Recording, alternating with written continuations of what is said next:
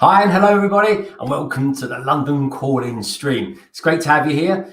It's great to have some cool looking people over there in the stream and on the chat. So thank you very much for joining us, Bam of Bricks. It's great to have you here. So this is London Call-In. It's all about the community, the LEGO community, and tonight's a special one because it's going to be a bit of a themed one. Later on in the stream, we're going to be joined by Maniac for Bricks, Joey. He's got a great website, really fantastic YouTube channel. But the special thing about tonight, it's all about probably about 90% about Ninjago. And of course, I couldn't think of a better person to have with me on a Ninjago stream than my good friend and the guru of all things Ninjago, Titanium J52. And here he is. Hello, everybody. Sporting a very Ninjago looking bandana. How about that then? Let's take a look in the chat while we're here. We've got Bricks for Chris in the house. Welcome to the stream, Bricks for Chris. Good to have you here. And Moto, good to have you here, mate. You are by no stretch of the imagination, Moto, a wizard, a professor of all things Lego. But anyway, back to the Ninjago stuff. Titanium, what are you going to be building from the wibbly wobbly world of Ninjago tonight? I'm going to be rebuilding the Dawn of Iron Doom Ninjago set from 2017, winter 2017. Ninjago Season 7. Oh, what's the kind of piece count on that, and what season of Ninjago was that from? Don't know the piece count because it's not on the instructions, but it's from Season 7 of Ninjago, which was the Time Twins and the Vermilion. That's fairly recent. So you got all the bags over there. Let's put you on solo layer and take a look at all those bags you've got over there of stuff. Yeah. Brick. Yeah, beautifully laid out as well. 5 bags. Yep. Very good. That's organized. Good. I'm liking all that Ninjago stuff you got over there in the background as well. Looks very nice. So for me, that's only the tip of the iceberg. And I tell you what, folks, that really is the tip of the iceberg as well. If you've got anything Ninjago, Titanium J52 is your man. And more than likely, every time we talk about a set, he's one of these guys that always seems to pull them out of his cupboard as well, which is pretty cool. So just I'm going to be building this one tonight. Let's put myself on solo. Here we go, solo. Boom. There we go. I'm going to be building that. It's called the Fire Fan. There's a great big snake, and it comes with a Kai in his Spinjitzu form. So that's going to be pretty cool. I'm looking forward to doing that. And yeah, I hope you guys like tuning in and watching us build all this good Ninjago magic sets as well. And actually, while you're out there, by all means, ask the question. Titanium, of course, will be happy to answer anything Ninjago related. that's why he's here anyway. I'm kind of on this new journey with Ninjago. I was really into Star Wars, and I seem to get a load of Lego space stuff as well. But I wanted to stretch out a little bit, and I thought Ninjago seems to be pretty good fun, and colourful, great characters as well. It's all about a team, and I'm liking that. So Ninjago is the way I've been going. I've been buying quite a few sets recently. And even actually last night, I kind of got myself into the Ninjago mood by building myself this little fella over here, this new brickhead that I bought. There you go. It's called the Dragon Suit Guy. And let us know in the chat if any of you boys and girls out there are into Ninjago or maybe even brickheads as well. But I built this one, and Paul, bless him, he's already done the video for it. So I'm lagging behind him a little bit there because I've just got a little bit more to add, but no doubt that'll be out later on this week. So tune in for that. But let's have a look in the chat and see what's going on over there. What have we got in the house? Bricks for Chris. Welcome along, Bricks for Chris. Winter Bricker. Hey, welcome along. It's great to have you. Garlic Gay. Oh, one of my favourite all-time Ninjago fans. Garlic Gay's in the house, everybody. Good to have you here. Decky Shit. Good to have you here, mate. Good stuff. And we've got Ninja as well. Ninja with the bricks. Good to have you here, mate. Everyone's welcome. Like I said, London's Calling is well, it's a bit like any other stream, I guess. It's all very LEGO community based, and like I say, tonight really is a bit of a themed one with the Ninjago. That said, like I said, we've got Joey from Maniac for Bricks coming in a little bit later on, and we'll also potentially have Brick Hive coming in, and also Dr. Sampson. So they might pop in just to say hi, because they're good friends of mine, and of course on the channel as well. But you know, we're all about talking about stuff that's going on in the world of Lego. You know, we can talk about pirate ships and the Barracuda Island and all that kind of stuff. We can talk about Mario and what your feelings are on that. Star Wars, of course, and if you want to, we can talk about COVID-19. Otherwise, if you just want to stay completely away from all that kind of thing and kind of use this stream as a bit of escapism, don't talk about it. But we'll talk about anything as well. It's all about life, our love of Lego, and having some laughs along the way as well. So that's what we're all about, folks. And it's great to have everybody in. What's going on in the chat? Let's have a quick look. Hey, what's up, Brickheads? Checking out my break. Well, thanks for joining us, Ninja, on your break, mate. We really do appreciate it. And you know, let us know how things are, where you all are in your neck of the woods of the world, because let's face it, we're all in the same boat together. And while we're doing this stream tonight, I'm going to do my best as well to try and finish this one as well. Garnegate says, that's cute, Greg. I don't have that Brickhead. Yeah, honestly, if I was to say, Garnegate, get yourself a Brickheads, that's the one I would say get. It's a really good build. It took me about 10 minutes, really, but the detail along the back is really cool. And he's kind of like a guy that's wearing like a sort of tracksuit that happens to be in the shape and the form of a dragon, which is all very cool. And yeah, he's got this like hoodie, which really does look like a dragon's head. So it's very clever. It's very cool, and it's one of those ones where when Lego get it right with the Brickheads, it's absolutely spot on. Let's take a look at what you're showing us over here, mate. These look like actually, seeing as this, we could treat this as a bit of a Ninjago for beginners. Everyone in the chat, let us know where you all are with your Ninjago stuff. But that looks like a pretty cool looking Lloyd. Yeah, Season 7 Lloyd. It's a very nice fig. There were a lot of like armor and stuff. Very nice printing on the Season 7 suits. We also have Wu. Ooh, Master Wu. Is that a particular special Master Wu? Not really. He's the same as the one that appeared in the Day of the Departed wave, except for the different color hat. This one was tan. The one in the other wave was gold. But it's an all right Master Wu. Yeah, that was nice looking, mate. And then Commander Blanc, who's one of the Vermilion commanders. That is nice. I'm liking that. And what's his name again? Commander Blanc. Blanc. Yeah. Okay. That is that's one I've not come across before. What sort of warrior is he? He is a Vermilion warrior. They are Serpentine, who are directly descended from the Great Devourer, which was the giant snake in Season 1. Ah. Oh, yeah. So I've seen Season 1, but I don't remember seeing it. Maybe your seasons are longer than our seasons over here in England. Yeah, and the special thing with Vermilion is that when you strike them down, they'll turn into a bunch of little snakes and then reform together. They'll come back together and make them difficult to defeat. But the key to defeating them is to keep them separated. Ooh, okay, I see. To keep them separated. So what happens if the two come back together again? Well, so what happens if the two snakes sort of join back in again? Yeah.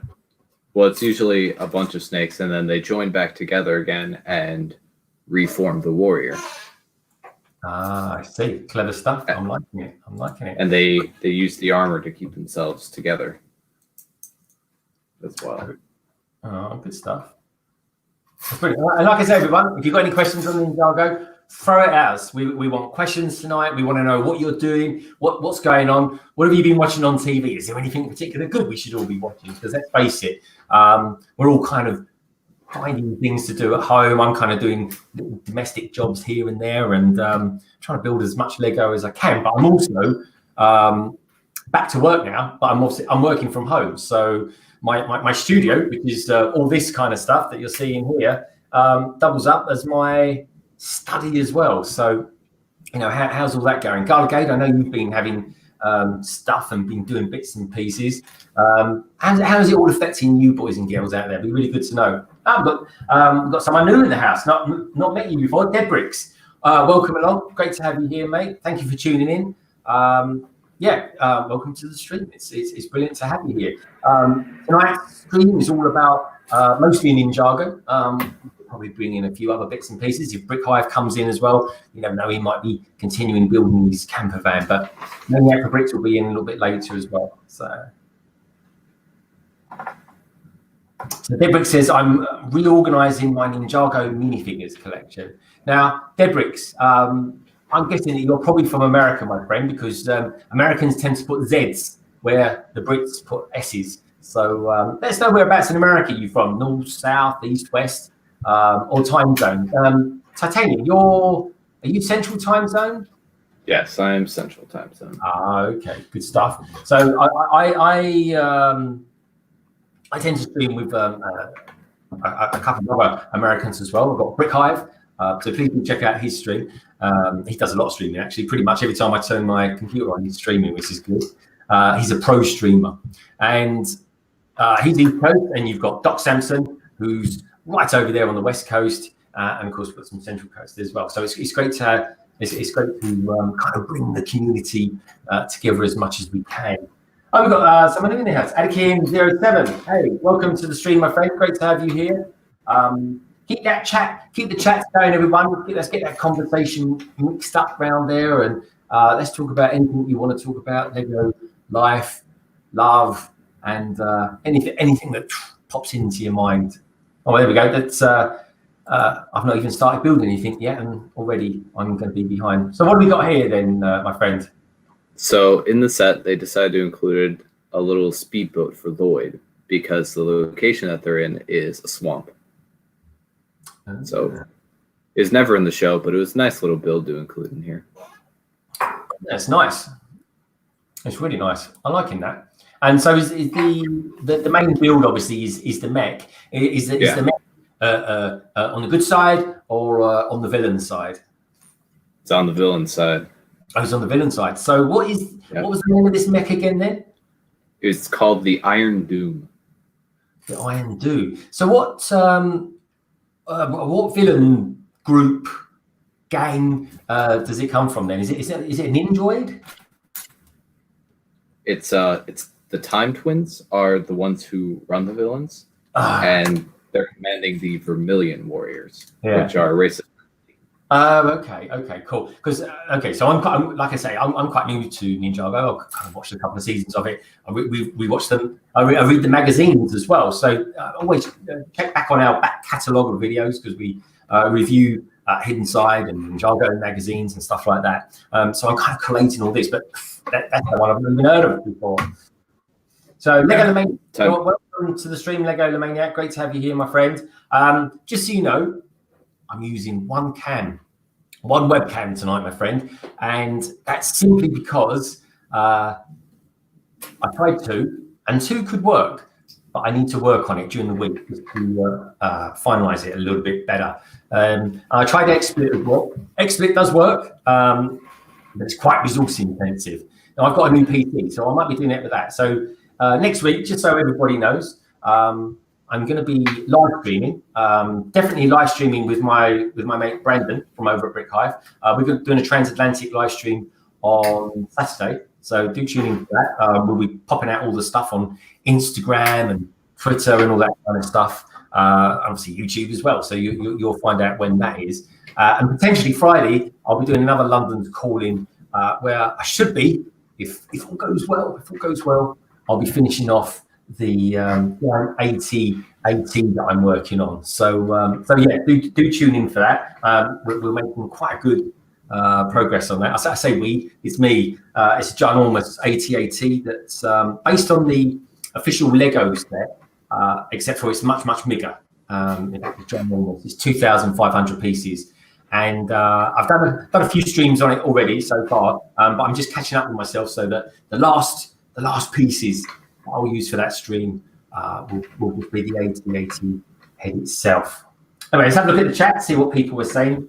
Lego Maniac, he says, I mix up the Z's and S's all the time as I can never decide on what language I'm actually writing. Yeah, do you know what? I think it's a given, Lego Maniac.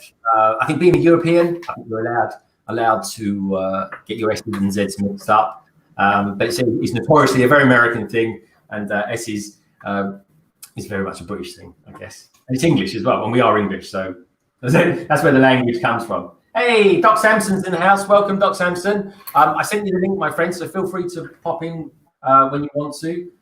Carl's Vic Bricks. Hello, everyone. He's saying, welcome to the stream, my friend. It's really good to have you here. Throw us a load of questions. It's all about Ninjago tonight, at least mostly about Ninjago. I think we'll be about 90% Ninjago. Debrick says, I wish I got the Dawn of Iron Doom set when it was released. So, well, stick around, Debricks, and we'll certainly be building it, or rather, Titanium J52 will be. Moto asked about the Dieselnaut and what I'm assuming what season that is from. That is from season 9 of Ninjago, which is Hunted. Yeah, Dieselnaut was a spectacular set. Yep, good knowledge, my friend. Good knowledge. And feel free, Titanium, to jump in on the chat and ask whatever you ever want to answer or ask questions to people. It's as much his stream as it is mine. I just happen to be hosting it. That's all really, and talking as much as I can. And don't tell Titanium, but it gets me away from building as well. But I will be commencing building in just a mo. The most treasured set. Yeah, what's your most treasured set? Good question, Garligade. There's a lot. There's a lot of sets that I really enjoy and I really always want to keep. One example is right there, that little red temple. Not so little, actually. Red and green. It's Battle for Ninjago City. I think that was my first Ninjago set, over $100. Oh, wow. So I tell you what, let's do this. Let's start on that bottom one, that bottom shelf, and let's go from left to right and tell us what those sets are. So, yeah, the major ones here are Battle for Ninjago City. This is the main temple build. We have City of Sticks, the main building here. And it's so tall, I actually had to, but I can't see this very well, but there's like a ball launcher at the top, and I had to move it down just so it could fit. And the other major building is the Lighthouse, which was a 2016 Ninjago set, part of the Skybound series. Ooh, very good. I'm liking that. And there's lots of other smaller side structures on there as well. Any place I can store them. That's very cool, my friend. Right, okay. Any other questions coming our way? We have Rick Allen's in the house. Welcome along, Rick Allen. Great story behind. Yeah, tell us the story behind Moto. Behind the Dieselnaut. It was a vehicle that the dragon hunters used to hunt dragons and transport themselves across the realm of Onian dragons. And it was the biggest one. Wow, that's pretty cool. Yeah. So are you like me? And this is something I'm probably asked you this loads of times, but my favorite character from the cartoon is Jay. I'm just wondering what your particular favorite one is and why. Mine is also Jay. Good stuff. Yeah. I'm liking your style, my friend. I'm liking your style. Yeah, I just rebuilt this and realized that this piece I had originally put in the wrong place. I put it all the way on the end here, but it's supposed to go back there instead. And there's a bunch of leftover snakes, just to Oh, kind of slither around that's and decorate. okay, loads. That's good. Was that 4 or 5 there? 6. Pretty good. I'm liking Plus it. Good one. start. Plus 1 in the jail cell, which is what this is. It's a jail cell for Woo. There's some good questions coming in on the chat. Keep them coming, girls and boys. We love your questions. Doc, feel free to jump in whenever you want to, my friend. Carnegie says, how many Ninjago sets do you have, Greg, in your backlogs now? Do you know what, Carnegie? I've actually got quite a few. I reckon I've got a good 10 sets. I've got the 3 arcade machine ones. They're kind of the smallest one. I've got a couple of other small ones as well. The biggest one I've got is Ninjago City. Have you got Ninjago City, Titanium? I do not. I couldn't afford it. I couldn't afford it either, if I'm honest. My wife bought it for me for Christmas. And so that's the only way I got it. And even then, when I got it, there was some money off.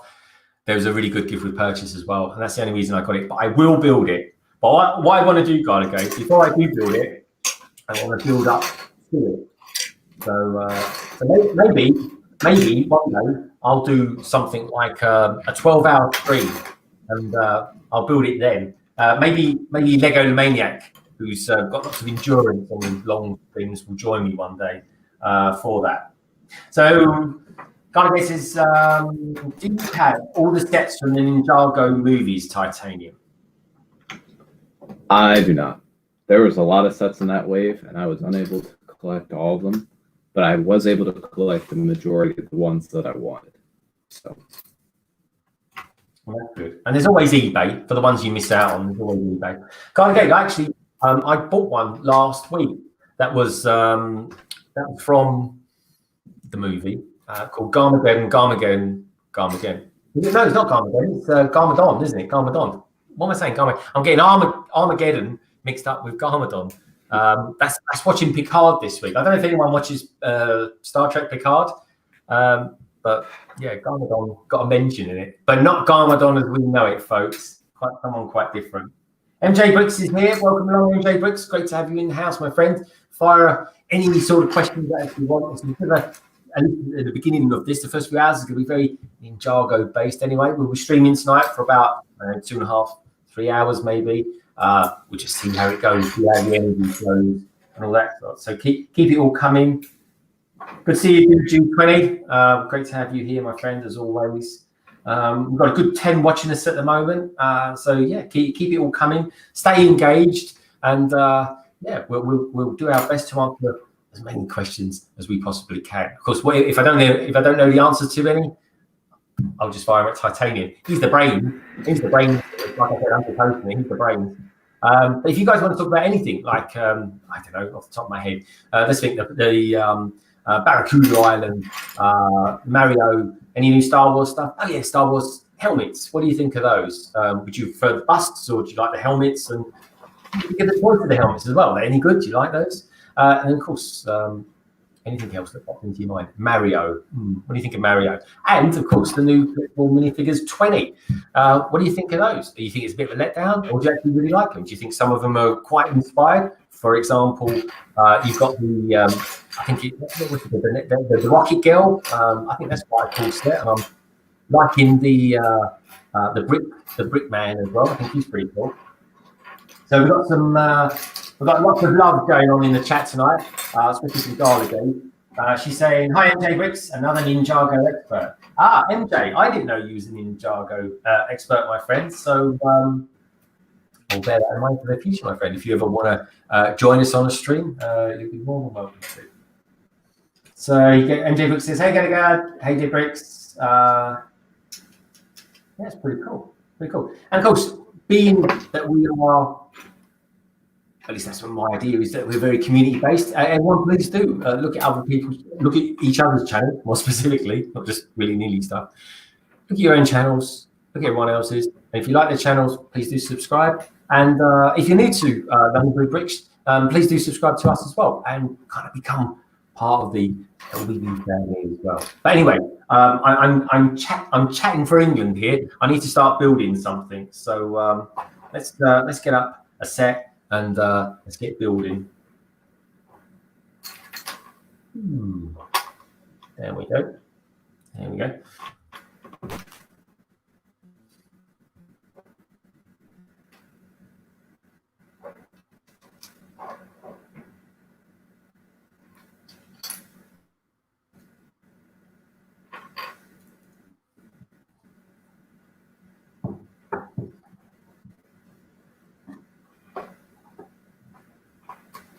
And LEGO Maniac as well, mate. While I'm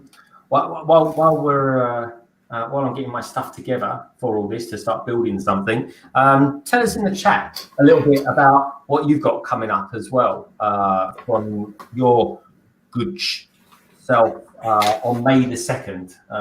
Just so everybody knows, LEGO Maniac's going to be embarking on something rather special. So do please throw that in the chat, my friend. Feel free to tell us all about what's going on, and it'll be fun for everybody to know. We want to get the message out there, my friend, as much as we possibly can. Let's take a look at the comments while they're going through, so I can keep an eye on them. Here we go. Ooh. Right.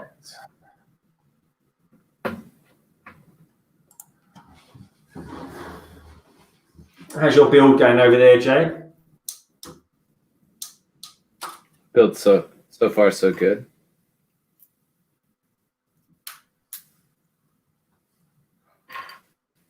This was one of the sets that I bought day one, because every Ninjago wave is always sets that I want to buy the first day, and this was one of them. Ah. Yeah. Right. Okay. Let's bring this round.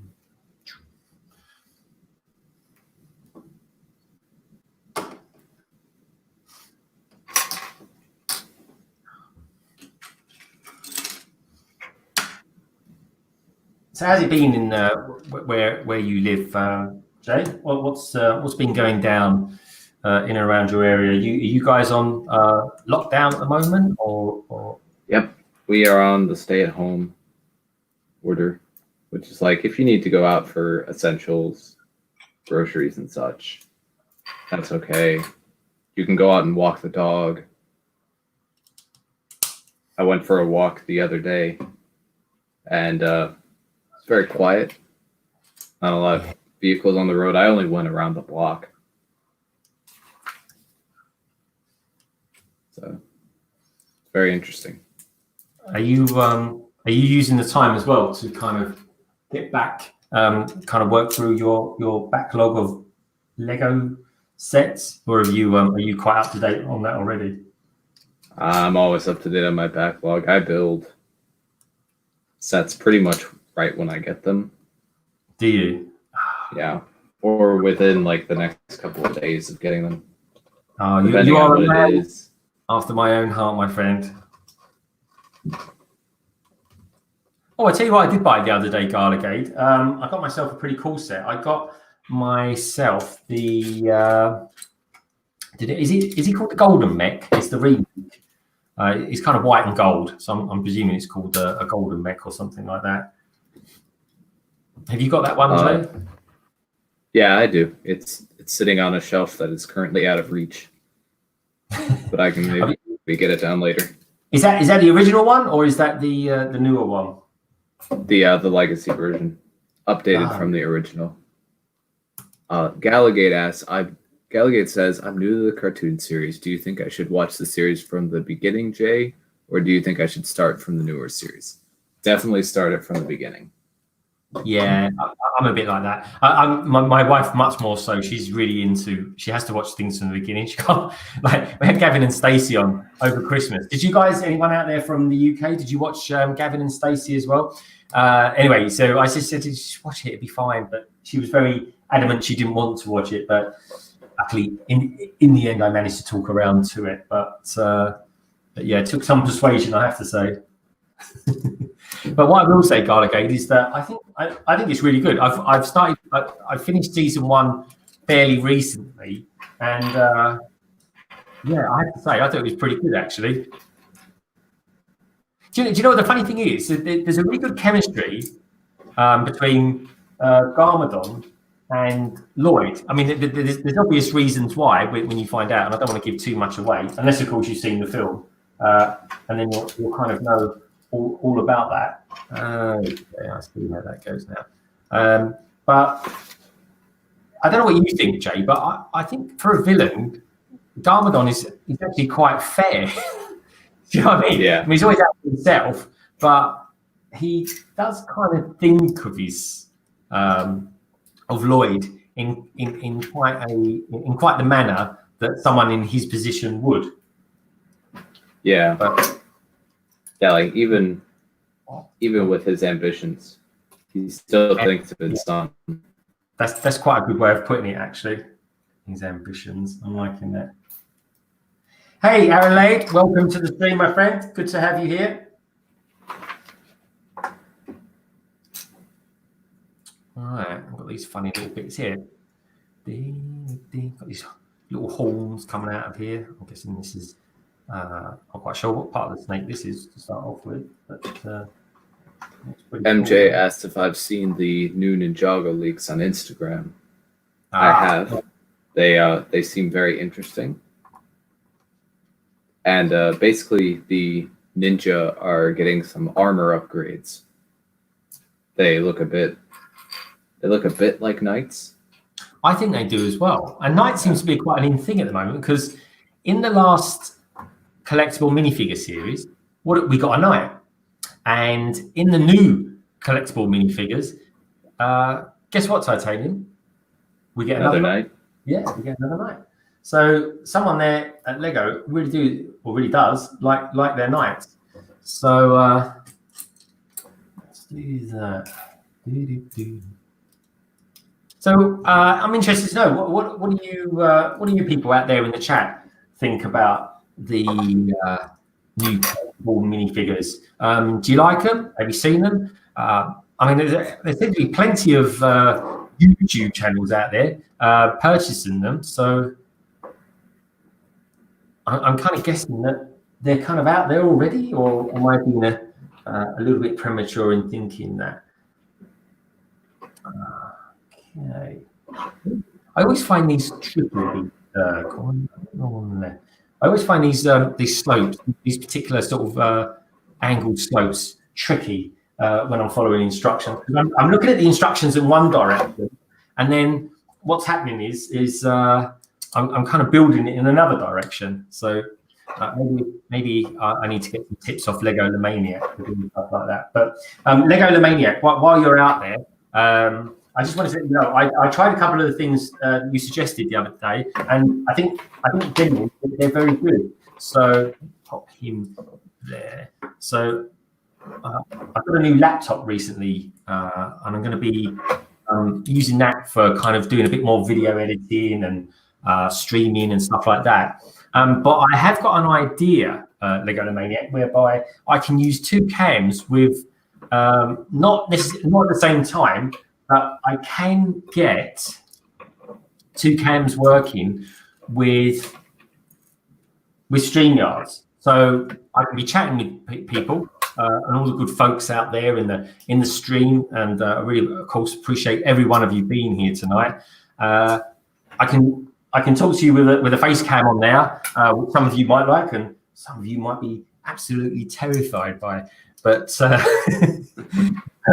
but the thing is as well, I can use another cam. Well, I can use these Trans Amber 1B2s. They look fantastic. But I can use two cams. So I've got one on the build, and then when I want to talk or say something and waffle a little bit, I can kind of look you in the virtual eye, I guess, is one way of putting it. All right, here we go.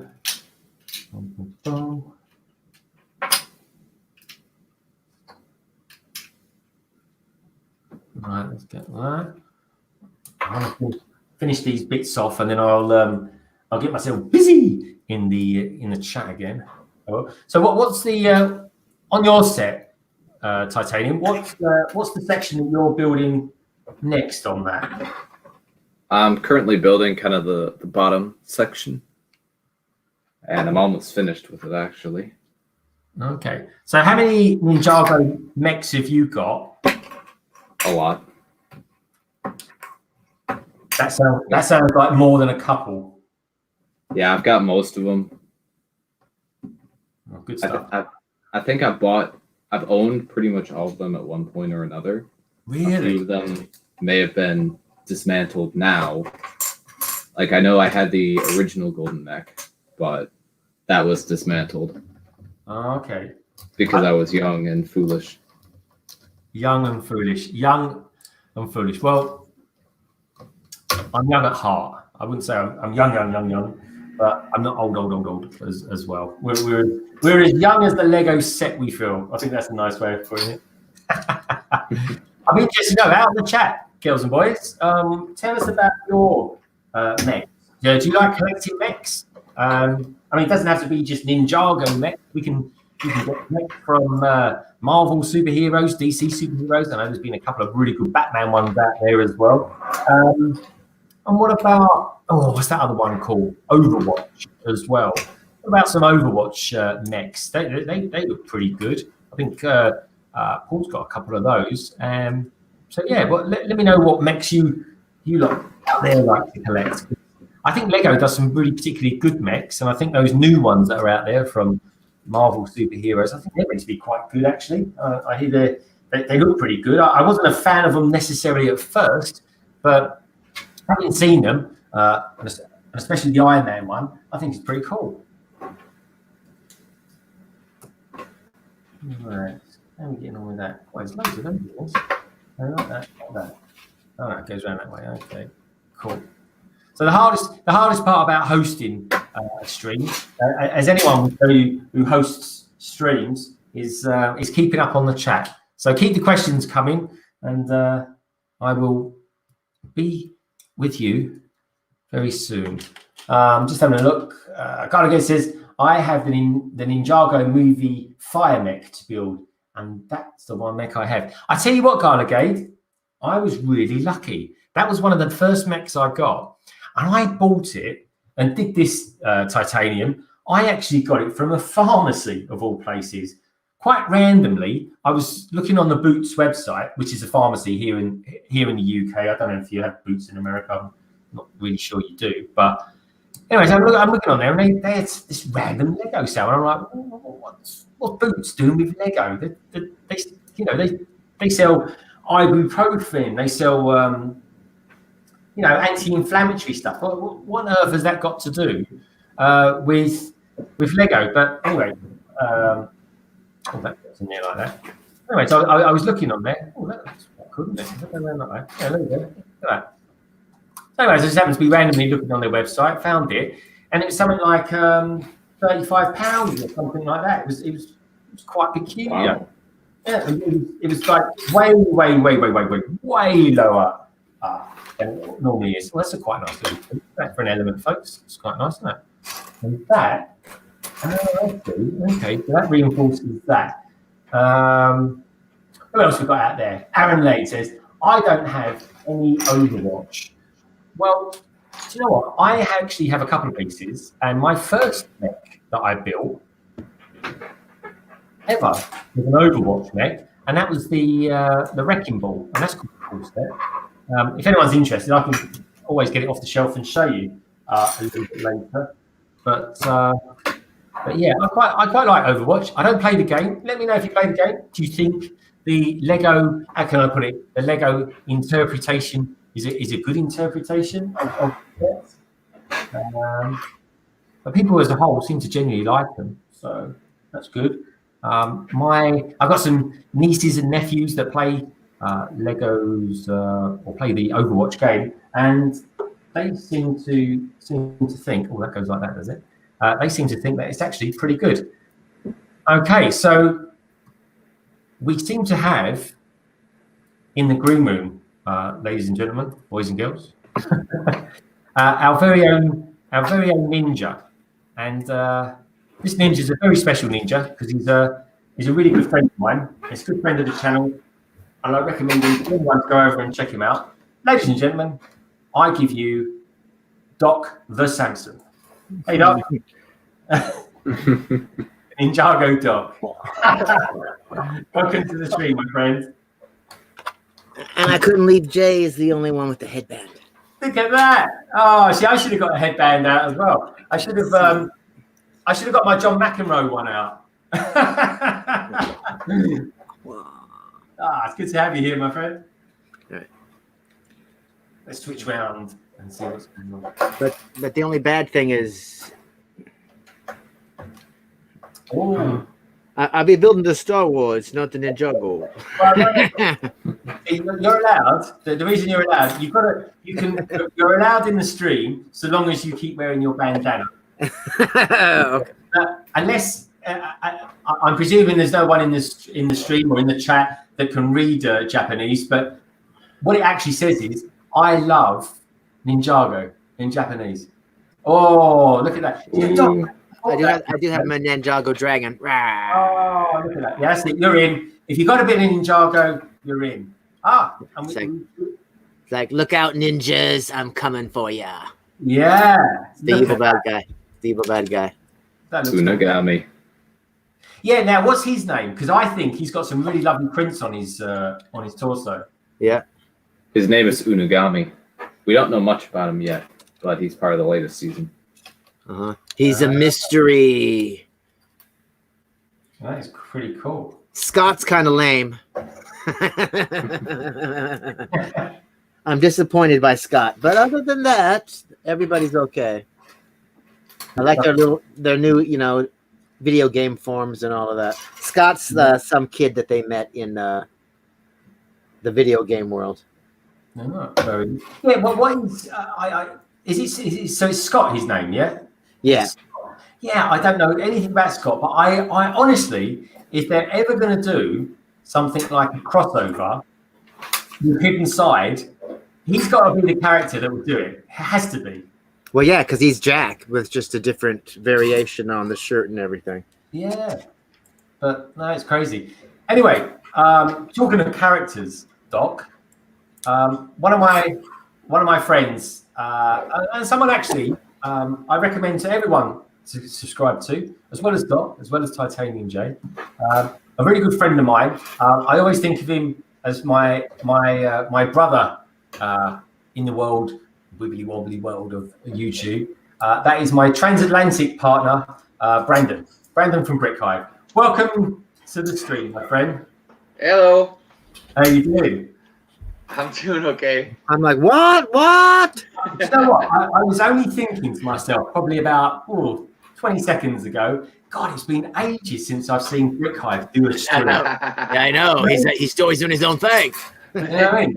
He is the streaming, dreaming king. He really is. Oh, I don't know about all that, but thank you.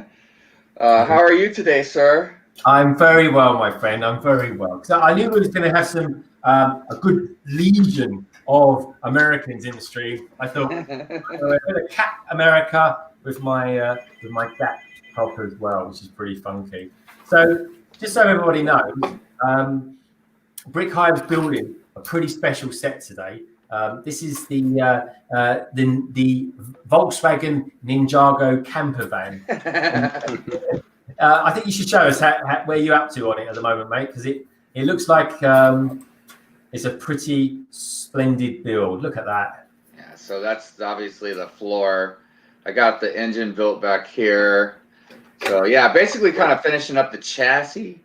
And I imagine the walls and stuff will start going up next. So pretty cool. Yeah, it is very good, my friend. It's a very intricate set. I remember once I was watching Greg from over at Ricky Tech building it as well. He did it.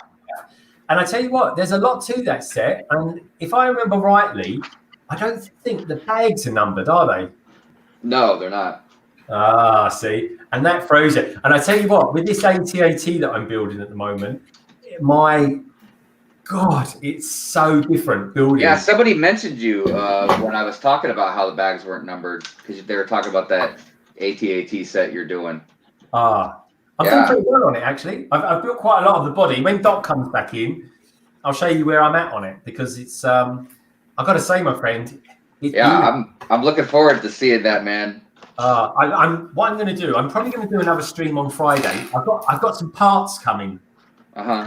Just literally a few parts that I have not got from any other set. They're kind of quite specialist parts. And what I've done is I've gone through it, going ahead on it to see what's needed for the next kind of the last 80 pages I've got on it now.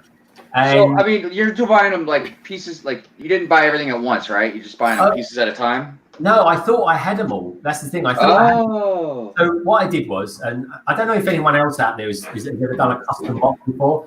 Let me know if you've built a custom one, because I got pretty good instructions. They're by a guy called Raziknov. His name is. It's a bit of a mouthful. And to be fair, the blooming custom LEGO AT-AT set is a blooming mouthful as well. It's massive, 2,500 pieces of brilliance. But there's a couple of things about it that makes it difficult. One, it doesn't come in numbered bags. You don't get it because you just source everything you can from Brickowl or Bricklink. Yeah. And it's brilliant. I love doing all that sourcing. It's kind of like going out and hunting for bricks, and it's fun like that. And I do enjoy that. But the thing that makes it difficult is with the instructions. The instructions are good, but with Lego, when they do the instructions and they're showing you what pieces are going where, they really outline it all in red, don't they? Where the pieces all go. This particular instruction doesn't do that. So you've got to really focus on it. So you might get like a window where you are installing, I don't know, something like three rivets or something like that, 3 pins. And it's so difficult when you've got to really zoom in on it. You've got to do it like but, I mean, I've got a hard copy version of it, but it's so much harder because you're doing this and you're trying to build it, and then you're looking at it and it's like, oh, so where did it go? But anyway, so that's all good stuff. So it's tough not having your bags numbered, man. Because like I said, I had to open all the bags at once, which means you got to sift through, to find certain pieces. I mean, I guess it's a nice challenge, but I don't know. It seems unnecessary. I know you think it's lazy. It's lazy, but you know what? That camper van is quite an old set. It's over 10 years old. Yeah, man. Isn't that crazy? It's an old set, but it must sell very well. It's a classic car, which is like the Fiat will always be a classic car in Europe, and it'll always sell out here. Yeah, I mean, I was very surprised to see how old it was, and it wasn't retired. No, I think it's been through a couple of iterations, but very, very, very few. But I definitely want to catch up with you one day and do a stream where we build one of these cars, because I've got the Mini as well, and I've got the Bumblebee, which is quite a cool one. Well, that's what I was going to say. I think the next one we're going to get is the Beetle. Yeah. Well, we're probably, between the two of us, mate, we're probably a couple of old Beetle bums anyway. There you go. So you never know. Watch this space, folks. You never know. We might do something on that. But yeah, let's have a look at the chat, see what's going on in there. Lots of laughter going on. LBB, what are you building? I'm doing the Firefly, Aaron. Gotta get it. It's the Ninjago snake one. It sure is. Yeah. Let me just show my. I've got the box here. Here we go. Hello, everybody that said hello to me in the chat. Hello. I didn't want to be rude and not say hello. Lots of love for you in the chat, Brandon.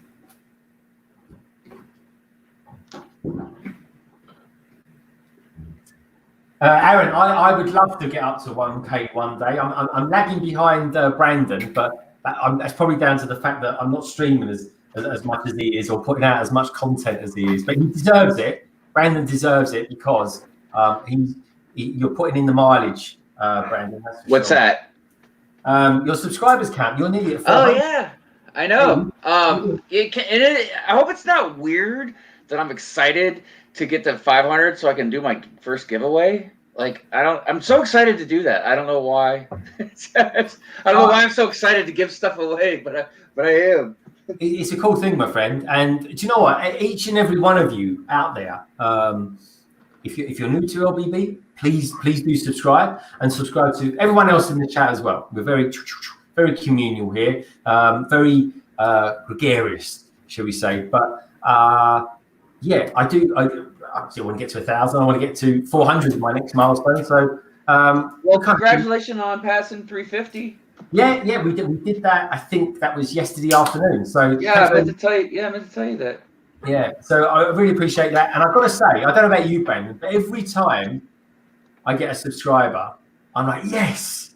It feels like a goal or something. I love it. Every single one of you out there that subscribed to London Bridge Bricks, I thank you. That's all I can say, really. I thank you very much. And I hope you like our content. Click that notification bell. And then that way you know when we dish out new content out there, and you'll be the first to know. Oh, look at that! We have ourselves. Hey, Doc. Well, I had to appear to be able to go, for he's a jolly good fellow, for he's a jolly good fellow, for he's a jolly good fellow that hit 300 subscribers that nobody can deny. Yeah, congratulations. Yeah, I had to come on. I had to come on and say, congratulations and all that. Cheers, buddy. And you can see, I still got the ISS. Still got the ISS going. Yeah. And that picture frame up there, as soon it's going to be on the other wall, and it's going to be a picture of me done by Kevin Hinkle. That's what I'm talking about. Oh, cool. So, Doc, you tuned in, wasn't you, yesterday for Kevin Hinkle?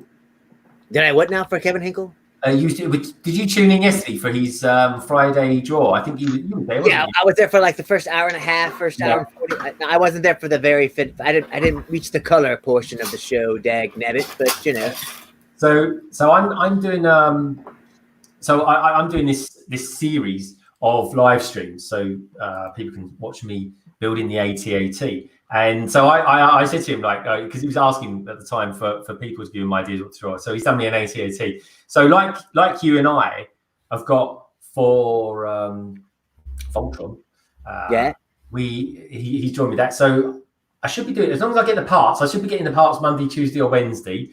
Who knows what the post's doing at the moment. For the AT-AT?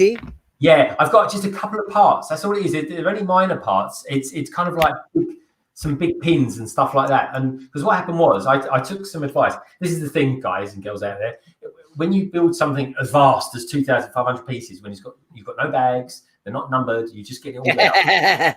Everything's pretty much accounted for. The thing I didn't do was then put them in order of how I'm building it. So I've done that now, but I found there's about 3 parts that I haven't got. Now, I could probably steal them off some other Lego sets I've got. I mean, I'm kind of surrounded by them in here, but I'm gonna try and get the parts anyway. But hopefully, if all goes well, during this week, Doc, I'm going to be pretty much getting the legs on, the body finished, and then come Friday there'll be a London's Calling whereby I'm just building the head of the AT-AT. Okay. And then it'll be done. It'll be done. So what you're saying is all 4 legs are finished, and you've been working on the main body portion. Does it open up that you can put figs inside? Oh yeah. I'll okay, I'll open. The most crucial question. Talking about it, I might as well show you now. Okay. Does it have a bottom hatch that Luke Skywalker can, slice open and throw a grenade up in there? Yeah. Dang well better. It does. Do you know the funny all the thing is, details. I've got the right plate that goes around the hatch, but I haven't got the right hatch. So at the moment, it looks like how can I put it? A bit of a butthole for the AT. And I thought to myself, well, it's not anything you're ever going to see. So think of my AT-AT as a bit just as where Luke's gone round with his lightsaber and it's done. But I've got it just here, Doc. I'll show you it. Here we go. And if it's on the on its belly, then it would be a belly button, not a behind thing. I gotta tell you, Greg, I am gonna be so jealous when you get that thing kind of man. I know, and then the side-by-side comparison. Oh my gosh. Yeah. I'm gonna have to drop the money eventually to do it. Especially then that close-up of General Veers going, "Just a moment, Lord Vader," and you will be landing, at the generator in sight. Yo. Here we go, folks. So this is where we're at the moment with the body.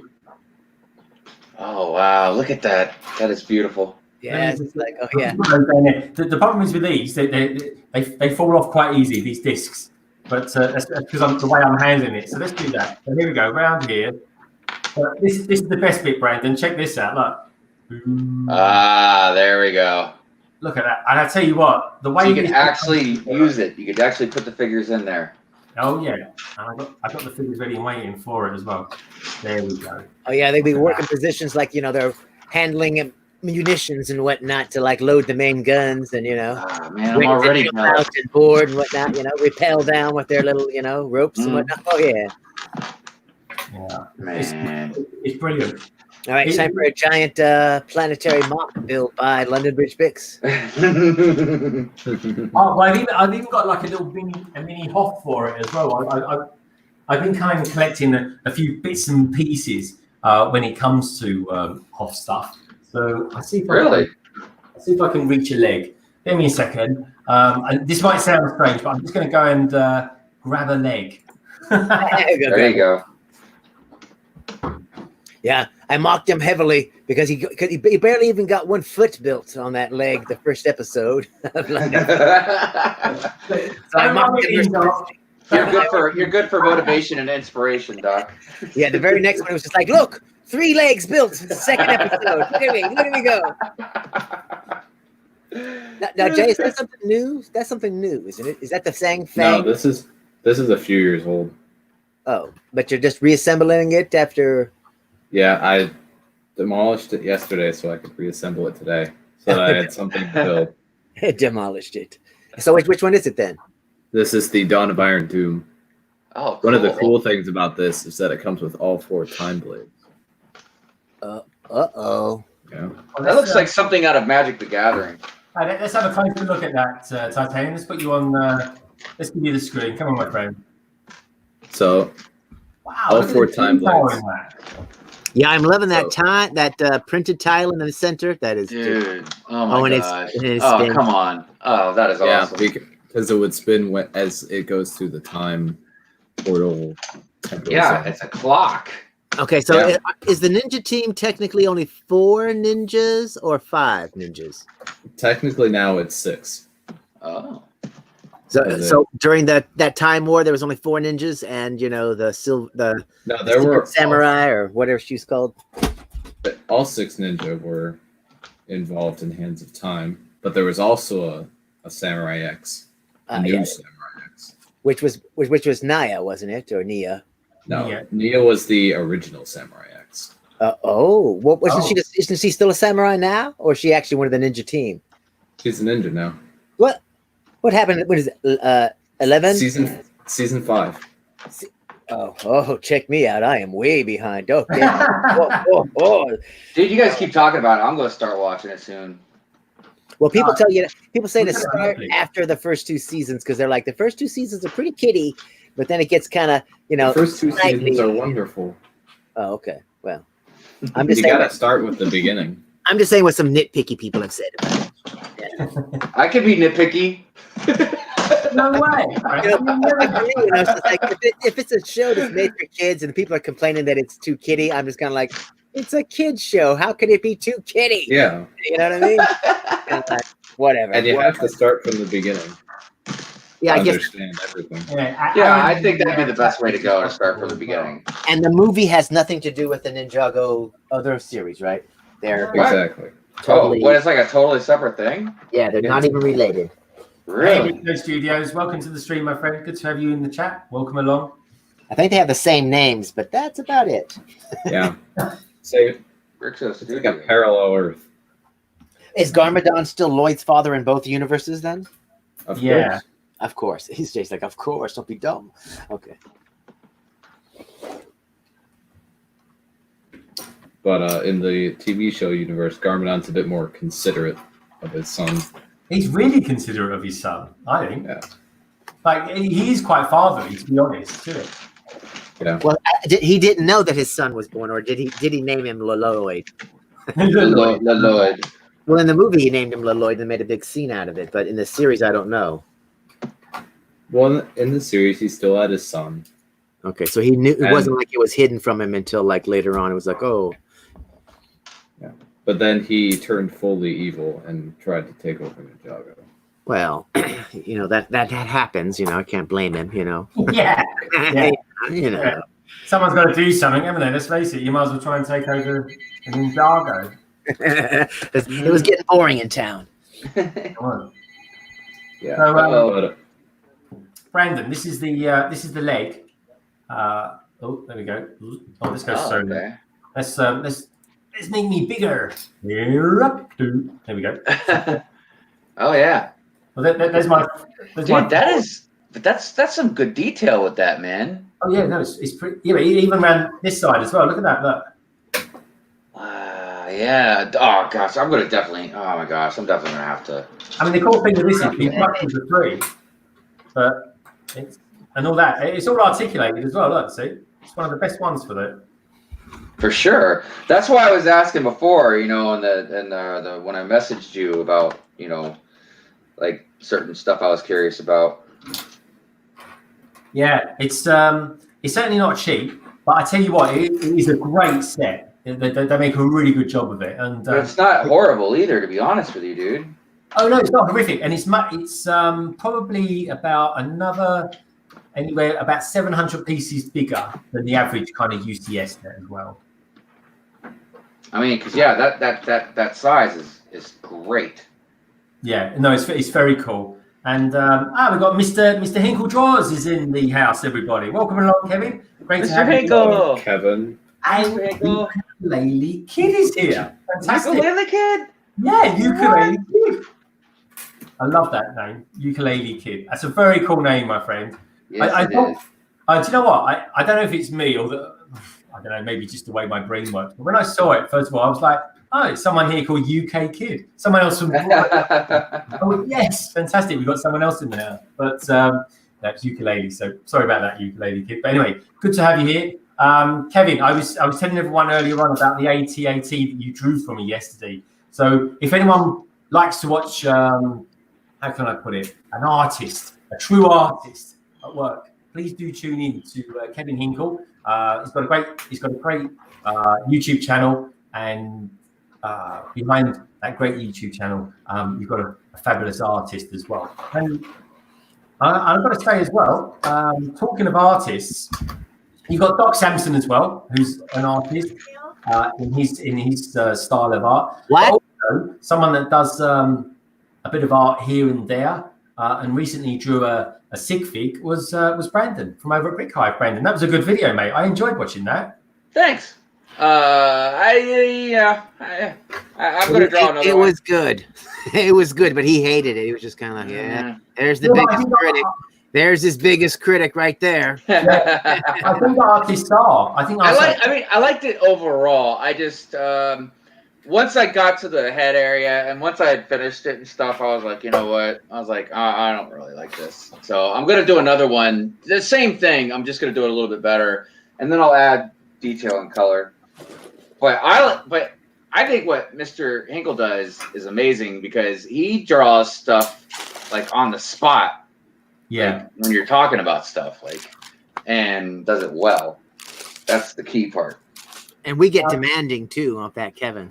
Yeah, you guys do. We said so and so with the such and such. You're like, draw for me.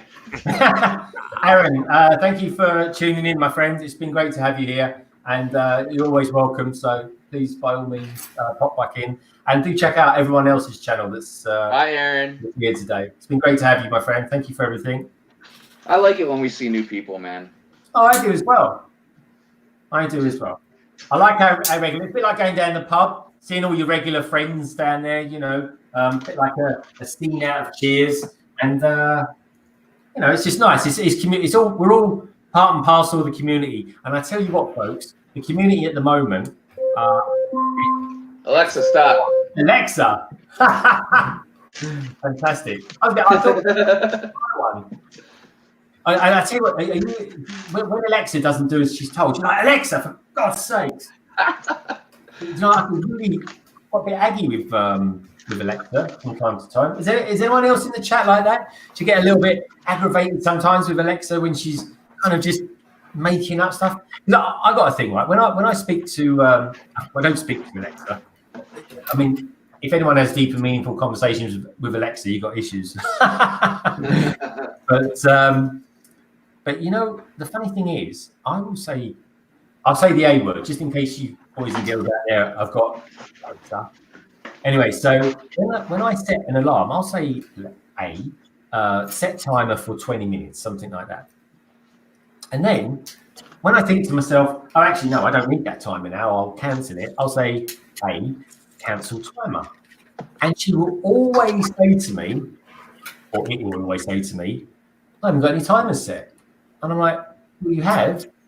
So anyway, consequently, they don't get cancelled. And as a result of that, even though A says there are no alarms, sure as hell, when it was due to go off, yep, it goes off. And then when it goes off, don't you go, Alexa, I thought you said there were no alarms. Yeah, I'm like, Alexa, how many times have I told you? Yeah, you got to work with me, you know. Yeah, it's it cracks me up. But I got to say, they are useful. And I tell you what, I keep finding when I'm driving my car, and I don't know if anyone else does this, so please let us know if you do. But I'll be driving my car, and I'll go to say, you know, what time is it or something like that. So I get so used to asking what the time is as opposed to looking. You know, it's almost like it's old-fashioned now to certainly, you know, just do that with your arm and look at the time. You know what the crazy thing is? Like, if I didn't have my headphones on, you could literally say her name and ask her something over the computer, and she'd hear you and answer. I know. I keep waiting for that moment. Play music, maximum volume. You're like, no. Now, talking of time, girls and boys, don't forget tonight in the UK, the clocks go forward. So as of tomorrow, summer officially starts. Does it really? Yeah. Oh my goodness, I can't find this piece.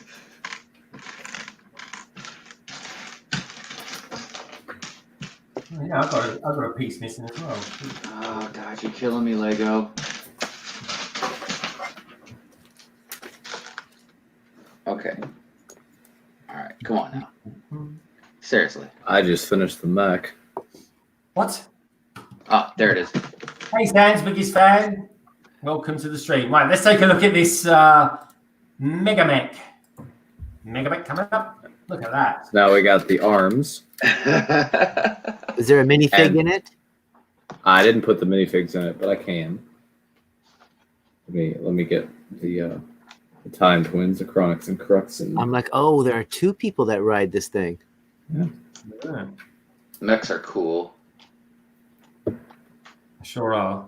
It's got a spring-loaded shooter up in the front, which is kind of a feature from the show. In the show, it was a lot bigger, and it'd fire eggs, the vermilion eggs. Okay. And then it's got a tail. And then the gear system to... Oh, to move that, okay. That tail's cool, but by far, I mean, the front of that is the best. That printed piece. That clock is phenomenal. Yeah. Yeah, man. Like that's worth just buying for that. Did you ever think of modding it and putting actual tank treads down on the bottom so that it could?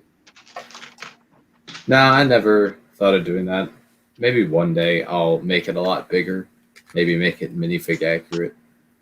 How old is that set? It's about 3 years old. 2017. I was wondering if it's terribly expensive to try and get. I don't know. I'd like to acquire that set. Yeah, are they going to remake it in the Legacy line? Because is there going to be one wave of Legacy? Legacy hasn't been remaking villain vehicles or places. The closest they've gotten to that is the Giant Stone Warrior. Okay. So hopefully they'll consider doing that, but we don't know. You reckon they'll remake that one then? I don't think so. Not for a while, at least, because it's only a few years old. Yeah. So, Doc, what are you building?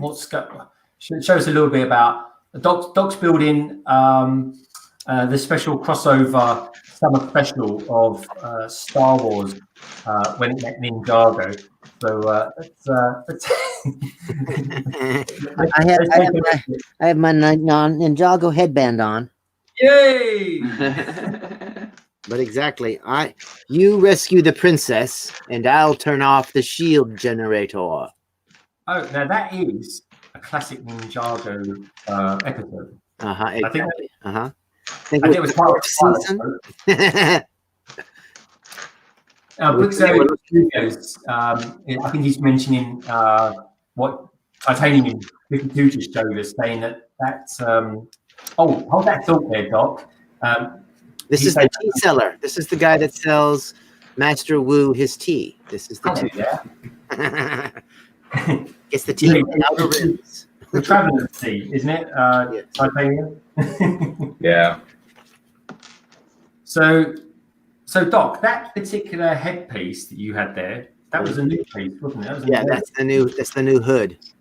Yeah. Very nice. And that's why I was disappointed that they didn't give it to Taskmaster. Take care, Sam's biggest fan. Good to have you here, mate. Thanks for popping in. Later, Sam's fans, biggest fan.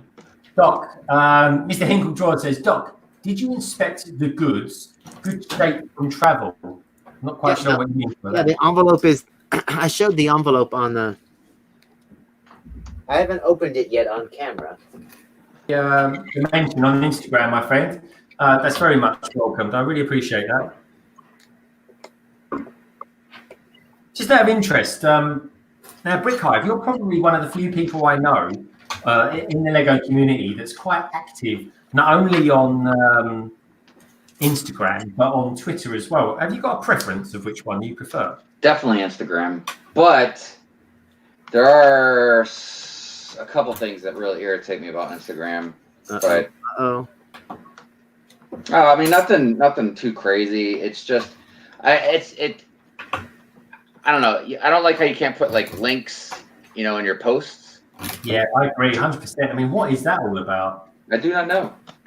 Yeah, it drives me crazy when it says link is in my bio or whatever. I'm like, yeah, I was like, where the heck is that? Doc, I have to do that because it's just you've got nowhere. If you find the link in the bio, you've got half a chance. I'm like, I don't see a button that says bio, but I'll just push these things and see what happens. So in a way, I feel like kind of like technically Twitter is better, but I think Instagram looks better and it's nicer. I think it's just more palpable to look. All right, it's just better to look at. I think yeah, the right word. I think it's palatable. Yes, thank you. That's what I was looking for. When I do the LBB news, sometimes I just can't say the most like brick. I start saying the word brick, and it comes out like how can I put it? Ick.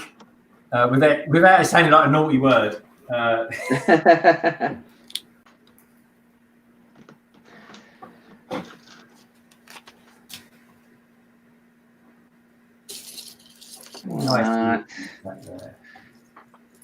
This is such an odd piece.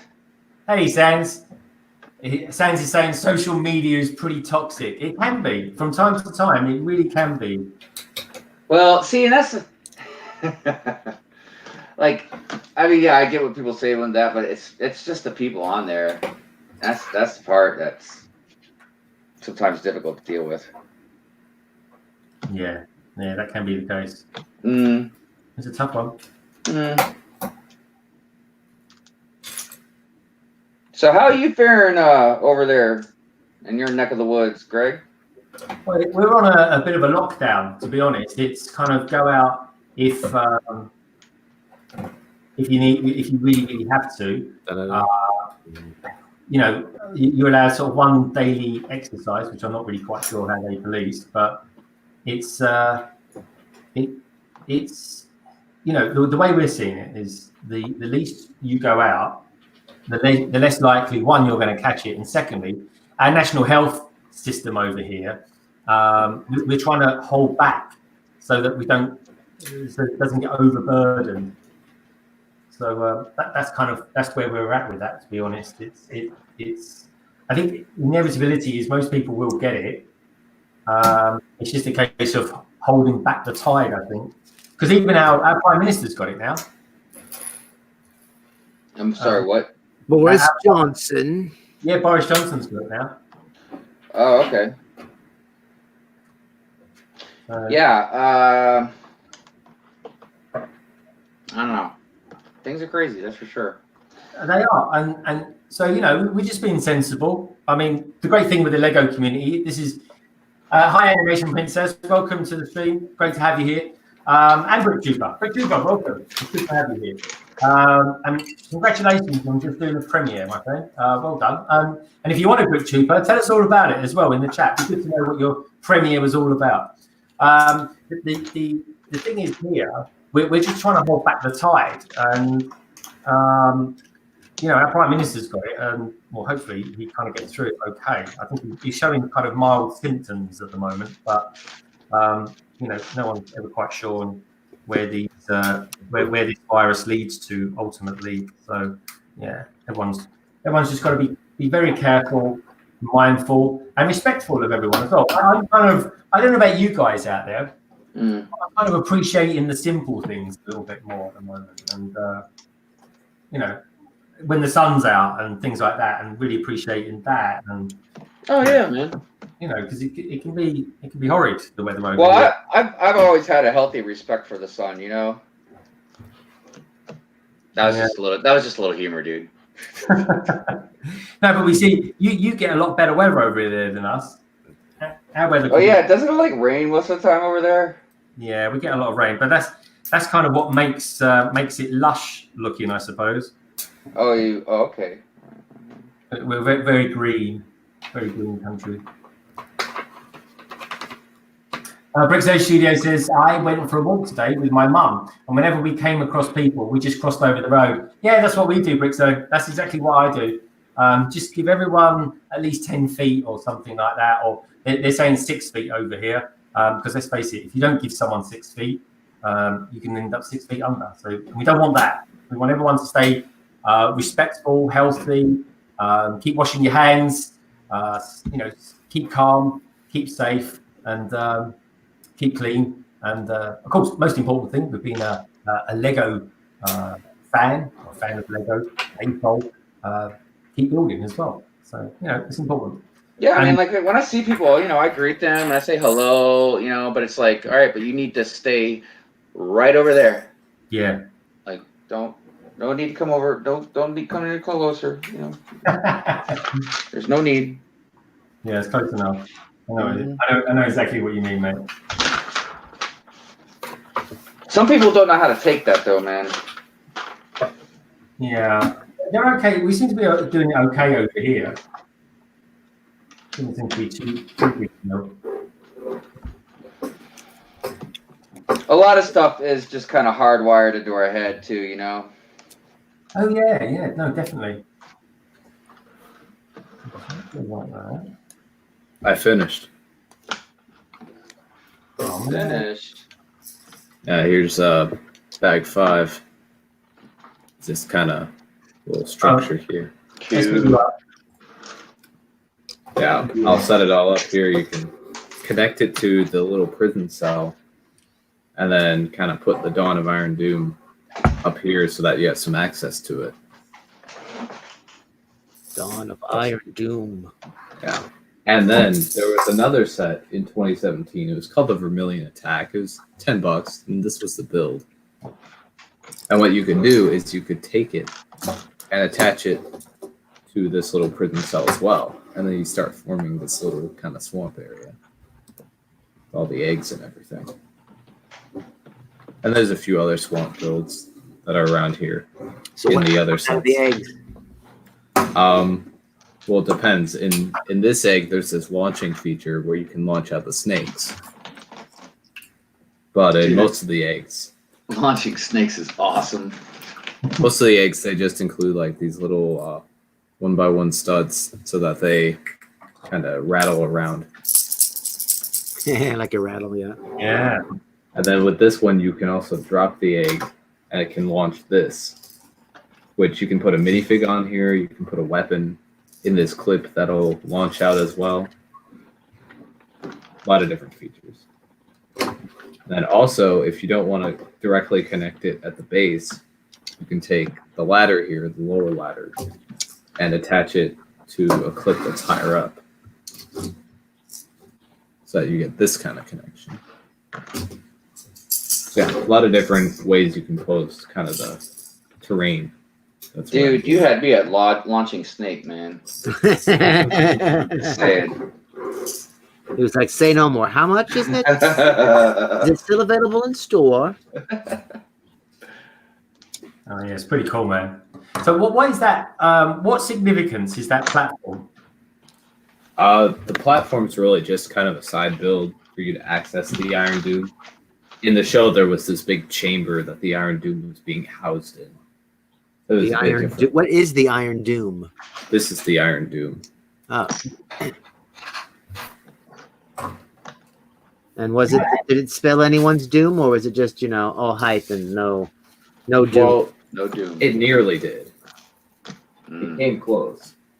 They finally finished building the Iron Doom in the second to last episode. And then the last episode, they time travel back 40 years so that the Time Twins can win the battle that they lost 40 years ago. Man, they got time travel in that thing? Yeah. 40 years ago, they lose the battle. The Wu and Garmadon create a time portal to put the time blades in there so that no one ever gets them again. Acronix and Crux both go through it. Acronix lands 40 years later when season 7 happens. But Crux just comes right back out around the same time, so he ages, which is why he's old. But they're still twins. So All right, so one aged, but the other one didn't. yeah. So Crux, it was his plan. He had been making the plan for 40 years. So they went back to the past to try and win the battle again. But Kai, Nia, and Wu followed them and changed time back when the Time Twins changed it and reset everything to normal. Okay, so which figures are the Time Twins then? Show us those. Have you got those? Yeah, these two. The Time Twins. Now, what season are they in? Because they look like something out of DC. Season 7. Okay, I'm not up to season 7. I'm not up to speed on it, guys. I'm not up to speed on it. We've got Solo Brick Builder, one of my favourite UK YouTubers. Welcome along, my friends. Great to have you here. In one of the Bricktober packs, they made a young version of Crux from 40 years ago. And so, compared to the older Crux, he has sort of like a lighter red armor to match Acronix. You can see Acronix and Crux here. They have kind of the same color red. They match when they're young. Is that a dual molded helmet? I think so. It's got like the red snakes inside them. Yep. Nice. Good spot there, Doc. Yeah. Should have had Crux's hair, but they didn't include that. Crux's hair is like it's a black version of the Luke Skywalker hair from episode 4. Cool. It doesn't actually exist. Okay, we've got going on in the chat then. Let's have a little look at the chat and see what everyone's chatting about in the chat. Let's see what's going on. We've got Brookside Studios. The Iron Doom is a time travel device thing. Why is everything a thing when we don't understand what it is? We always call it a thing. As a film once that was. Triple Brick says, and he died horribly when dropped from a death height onto a table. Okay, interesting. NJ Brick says, I'll get that set one day. Not from Brick, that's for sure. Yeah, it can be expensive. Maybe eBay might work, or even, I don't know, maybe secondhand off eBay. You never know. Might get yourself a good deal. Garligate says, I really like all the headgears. Yeah. I'm the only one not sporting anything on my head tonight, so maybe I should go off and get a cap or something like that. Oh, yeah. Yeah, good point, Garligate. I noticed that. I am the anomaly, uncommon denominator out of all this. Princess Studio says, London Bridge Bricks, are you watching Disney Plus? Because it's just launched in the UK. That's what I've been doing since the 24th. I've got to be honest, Brixo Studios. I have got it. And I've watched the first 10 minutes of The Empire Strikes Back from it. I haven't actually watched much about it. That said, I have watched all The Mandalorian already, and I love it. So I think it's very good. And if you haven't seen The Mandalorian, do watch it. I think it's brilliant. And yeah, it's just fabulous. In fact, the other day, Brandon, I ordered myself, it was like 50% off. Oh, no, actually, it was 60% off. It's a Mandalorian t-shirt. So hopefully I'll get that next week. Nice. Yeah. So I'm looking to get that. Now, Sweet. I must focus a little bit because I'm trying to put these together and they're not quite marrying up. But how are you getting on with your camper van over there, my friend? I'm getting there. You know. I remember I'll get there. Mate, Huh? now, I must be getting to know you quite well, my friend, because I remember when you was doing the Batmobile and you had that same tone as well. It was like, yeah, I'm doing okay. I can tell you one thing. I don't know how long it'd take me to finish it, considering stops and breaks or whatever, but I won't stop until it's done. I can tell you that. So at some point today, this will be finished. That's what I like to see. Yeah, I don't know. Sometimes I just can't stop on some of these sets, man. Wow. They're good sets. They're good sets, aren't they? Mm-hmm. I looked up Dawn of Iron Doom on Bricklink. Oh, yeah. How much is that going for? If you want it new and sealed, the cheapest place is in Canada for $132. What? The only used complete one is in Ukraine, and it's like $90. I am not liking what you're saying there. Someone in Australia is selling it used and incomplete, no minifigs or accessories. Oh, what's the point? What's the point of that? Come on. I'm gonna investigate on eBay. Well, how much was that one? That one was $46 Ah. on the figs and used and incomplete. Right. Yeah, that's pretty lame, dude. Damn it. Do better, Bricklink. Yeah, right? I love Bricklink sometimes. And I tell you what, bloody expensive. Let me fucking pick this up. Then this here, right? This panel here, this is, I'm not kidding you, one of the most expensive Lego pieces I've got. This here, that's all one big tile. That is. Really? All that there. They're about £4.50 each, those are. And this comes with about probably about 10 of them. Wow. I ordered some, and they said that they were brand new, hardly a mark on them. And well, when they arrived, it was like someone had ice skated on them. But otherwise, it was fun. But I've got to say, though, on the whole, Bricklink's normally very good, and we've got quite a few people. I mean, who we got in the chat? We've got some Bricklinkers. Was it Trickle Brick? And Yeah, I know Trigger Brick's got one. He's in there, right? I thought he's hanging around. Hey, Brick's in with you, Anna. Good to see you, mate. Welcome along.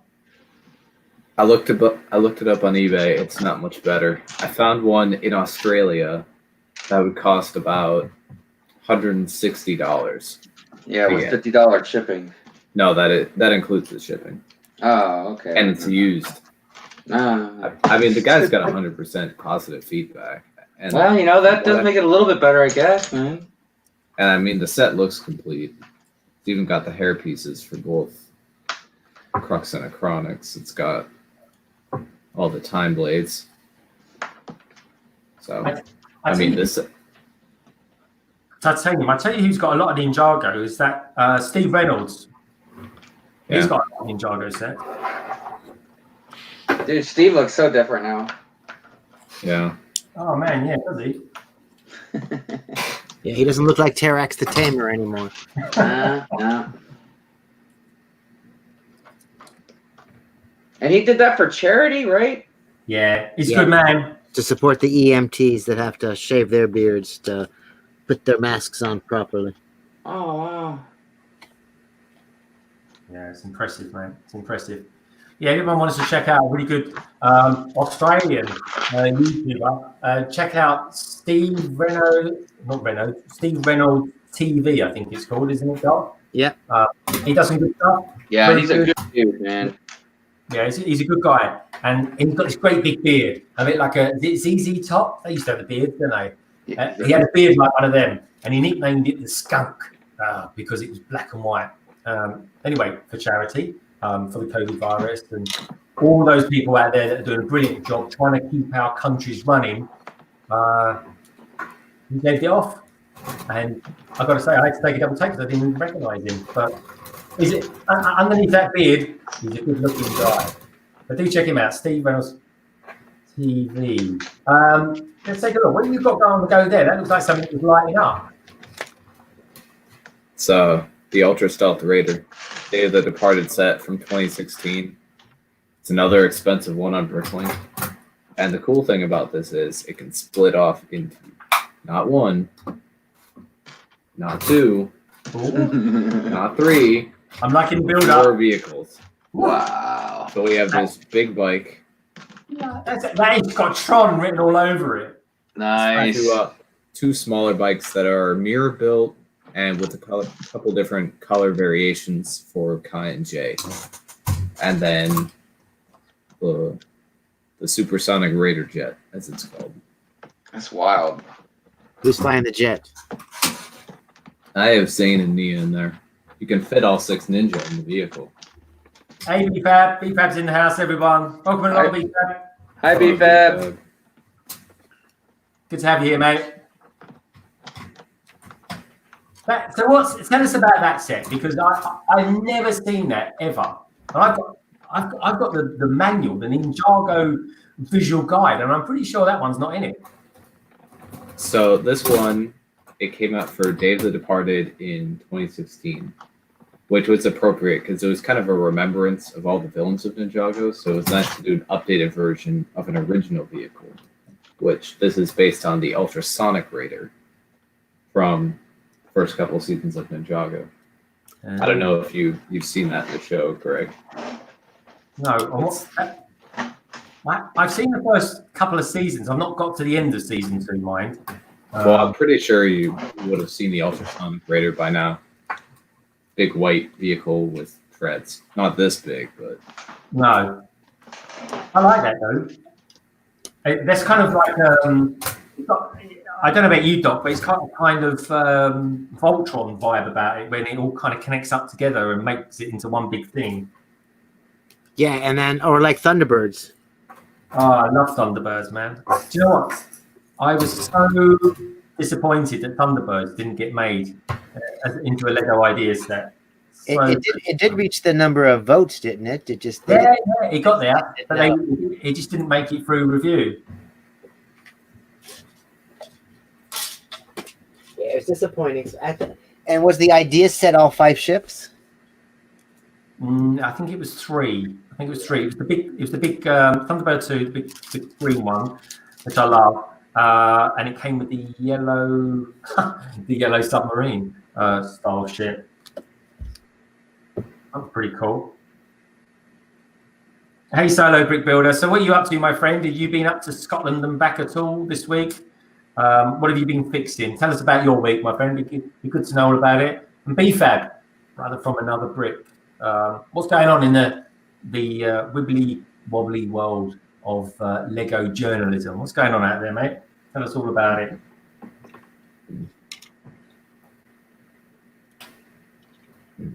Oh, Doc, look at that. You may fire when ready. And I don't recall the gun being that close to the shield generator. They should have had the two. They should have had the 2 guards standing right there. That he made that gesture and they heard that noise and he snuck past them instead of. Yeah. But at this point, they're putting together 2 Death Star kind of ideas. So Because Yeah. technically, this guy could go, holy crap, it's Obi-Wan Kenobi. That's a pretty cool looking cannon, though. Yeah, it looks like the one, it looks like the one that was in the show, the movie. Yeah. So, I think that's pretty cool. Obi-Wan Kenobi can, you can put down the little lever, click, click, click, click, click, click, click, click, click, click, click, click, click, and then you can pull this thing right here, and it it depowers.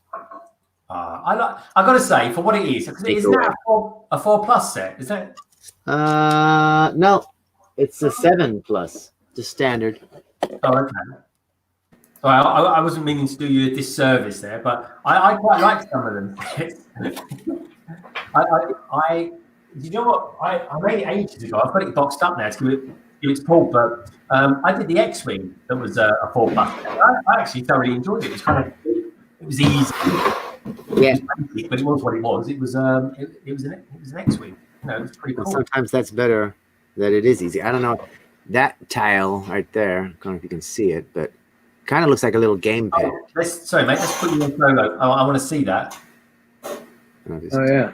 Yeah. I got it. Yeah.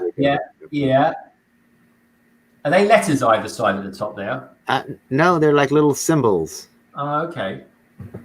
But it's like, the little control pad on the...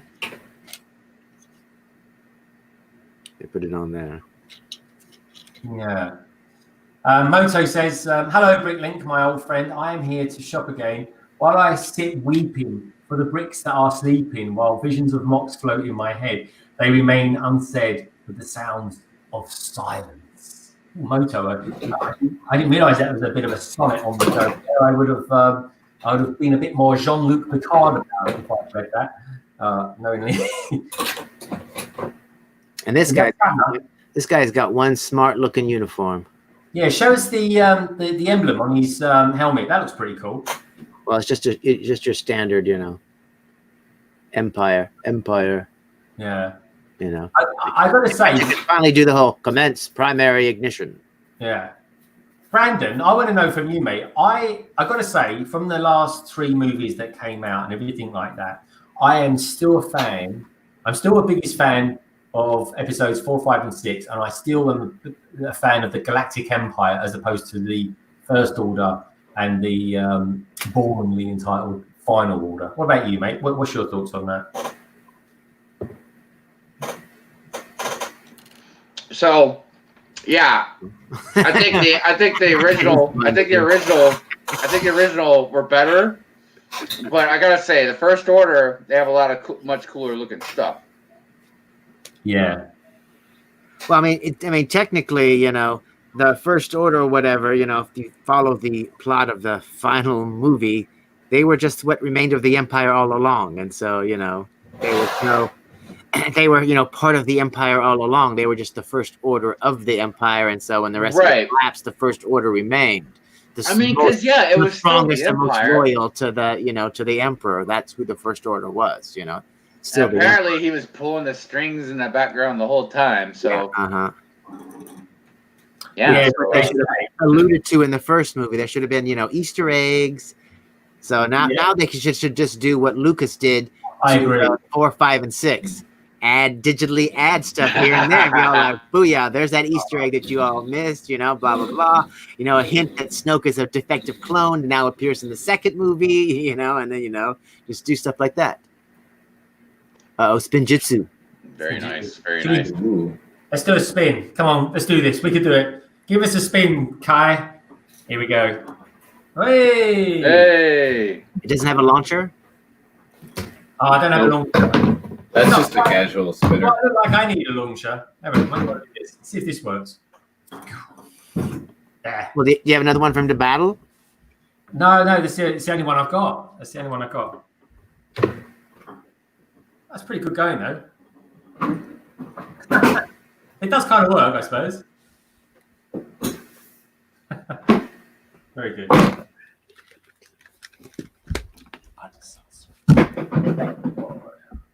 Okay, so chat.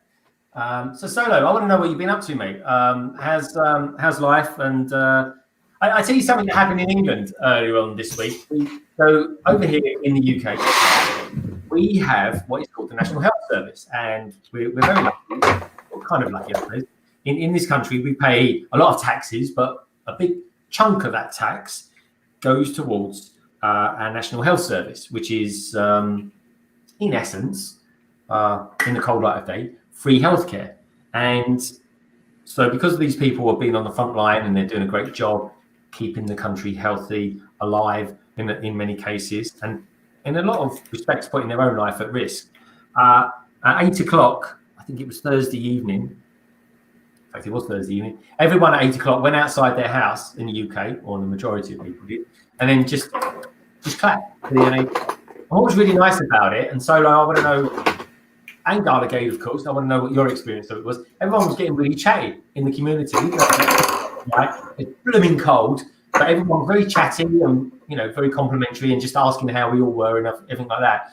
And the amount of people that I found it very emotional. It's a bit of a release of something. So let us know in the chat what your thoughts are, as well as all sorts of things. If you want to chat about Mario, Star Wars, the new Barracuda pirate ship. What do we all think of that one then? Let us know in comments and obviously in the chat as well. It'd be good to know what you guys and girls out there think. So here's something fun. So the Winter Legacy sets from last year included these little pieces. Yeah. And let me grab a fig. And the idea with them is that you take them and then they spin as you kind of roll the tire that's underneath on the ride. Can you show us one? Yeah. But if you take a spinner, one of these spinners with the bottom like this, you can stick it on here and actually roll the spinner itself. Oh, I see. Fantastic. Oh, yeah. How many? Have you got enough of those? I don't have any for Nia or Kai, surprisingly. I have the 2 different ones for Jay and the 2 different ones for Cole. I think that's pretty cool. These were all included in some of the season 11 sets. This I think was the Land Bounty. This was the Shuricopter. This was Lloyd's Titan mech. Yeah. Okay. And then the other spinners were from just the spinner sets that came out. And then I had that headband earlier. Another thing that came in that little pack with the headband that I got years ago were these. And there's 5 of these pieces. They're like a little kind of rubber piece, I guess. Yeah. And you connect them together, and you can make a Spinjitzu arena. That's wild. Yeah. So this is kind of like my act. I have 2 bins of the Ninjago action toys. I have the ones that go on land and the ones that go in the air. And these are the land ones. While you're doing that, I'm going to get bag 2 out for me. So I have a Ninjago question. I probably have a Ninjago answer. So you said that the movies were not the same as the show. That is correct. But do they use the same characters? Yeah, they use the same character names. The characters themselves, at least some of the traits, are a bit different. But after the show came out, I guess they decided to kind of incorporate some of those traits into the show, as well as the new designs, so that kids would be like, they'd seen the movie, Right. and then they'd be able to see the show and be like, those are the same characters. Okay. I didn't know if it was like completely different characters, or something like that. Yeah, but the names are the same. Out of all the characters, Misako is the most different. Lloyd's mother. Mm-hmm. She's a lot younger. Yeah, she's nothing like the program. Like the TV show is completely different. I was like, when I came across her, I was like, hold on a minute, you're not his mum. And it was at that point, Brandon, I had the epiphany that the film universe is different to the TV universe, which I don't know. It just strikes as a bit strange to me. I mean, how was that received when the movie came out, Titanium? For long-time Ninjago fans, I mean, the Ninjago movie was one thing, and then they changed the designs. Most people were somewhat angry about it at first, but over time, the more they stayed, we kind of got used to it. I figured everybody would treat it like would just treat it like how people treat the MCU. Yeah, the MCU is not too different, though, is it? Oh yeah. I suppose so, but I mean, don't get me wrong. The basic core is the same, but yeah, everything between origins and just the characters themselves, yeah, could definitely. I mean, they'll even switch up complete identities sometimes. You know, a man is a female, or a female is a man, or yada yada yada. But I mean, I don't know if it's the same thing. I just figured that's probably how they treated it. It's just how like comic fans that watch like comics or shows, or even DC fans, I guess, like how like the Flash show is totally different from the Flash in the movie. Yeah, that's good. My goodness, what is Doc doing over there? I don't know. I was kind of wondering. Oh, I'm gonna have some tea. Oh, right on. Keeping up the whole, Asian theme. There's my Asian teacup. Oh, there you go. Oh, very nice. All right, I can't actually drink any tea, but It's the thought that counts, man. Have you ever been tempted, though?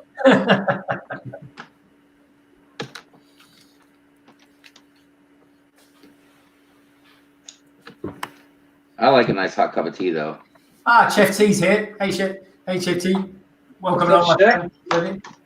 What's up, Chef? Hey, did I already miss? Because I know I came in a little late. Did I already miss Maniac for Bricks? No, Maniac. He's due to be here. Joey's meant to be here, but as yet he has not arrived. He's not in the green room. He hasn't messaged me. So hopefully, if Joey, if you're out there, the slot's free for you, my friend. But hopefully, whatever you're doing, as long as you're okay, my friend, that's the main thing.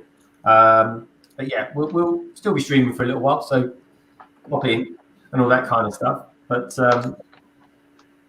hopefully he's all right. But yeah, who knows? Because I don't actually know what Joey does or anything like that. But it must be fairly important because it's only people that, or at least in England anyway, Brandon. Because I know you're still working. It's essential workers that are still, keeping the cogs running and stuff like that. Yeah. Good spot, Lego the Maniac.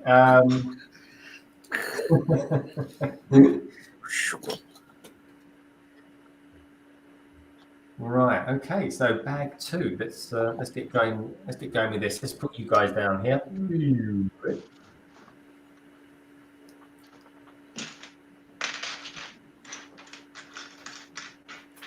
What are you building now, Doc? Oh, what's that? What's that, Titanium? I'm now level 41 in LEGO Legacy. Oh man, check this out! I forgot to tell you. Not available for my lame phone. Oh no! I downloaded it on my laptop, and I was gonna start streaming it, but my laptop just is not quite powerful enough to run it smoothly and to where it's gonna be okay for everybody to watch. It's just a little too slow. Too many people will be impatient. Yeah. So I'll have to wait till I get a more powerful laptop. It looks quite good though. Have you got something like a tablet or anything like that? I mean, haven't they got like a mobile version of it? Yeah, I just wanted to stream it. I see. I've got to say, these minifigures look great. Can I show you? Let me just show you this, Brandon. Look at that. Oh wow, that's a cool looking snake. I like how you get the side pieces on its head. Yeah, like a proper jewel mold there. Yeah, man. Ninjago, I tell you, I say it all the time, dude.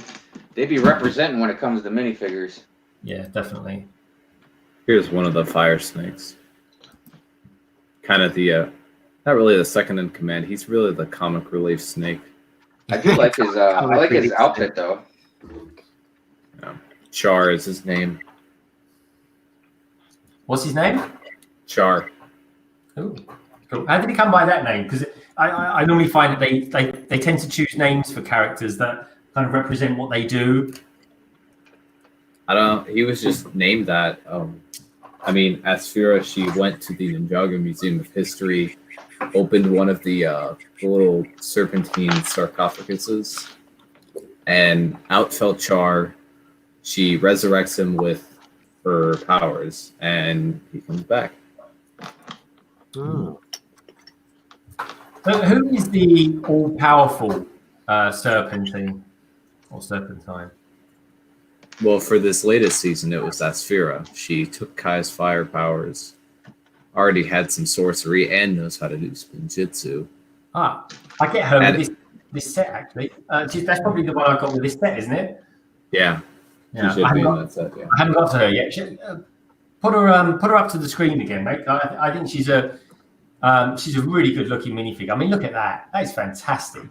Look at the detail in the lower section of the body, where the leg should be. Yeah, you're Yeah, I like those molds. Isn't that where the Dementors got their lower half of their body from? Yep. Yeah, just originally from the Ghosts of Ninjago. Yeah.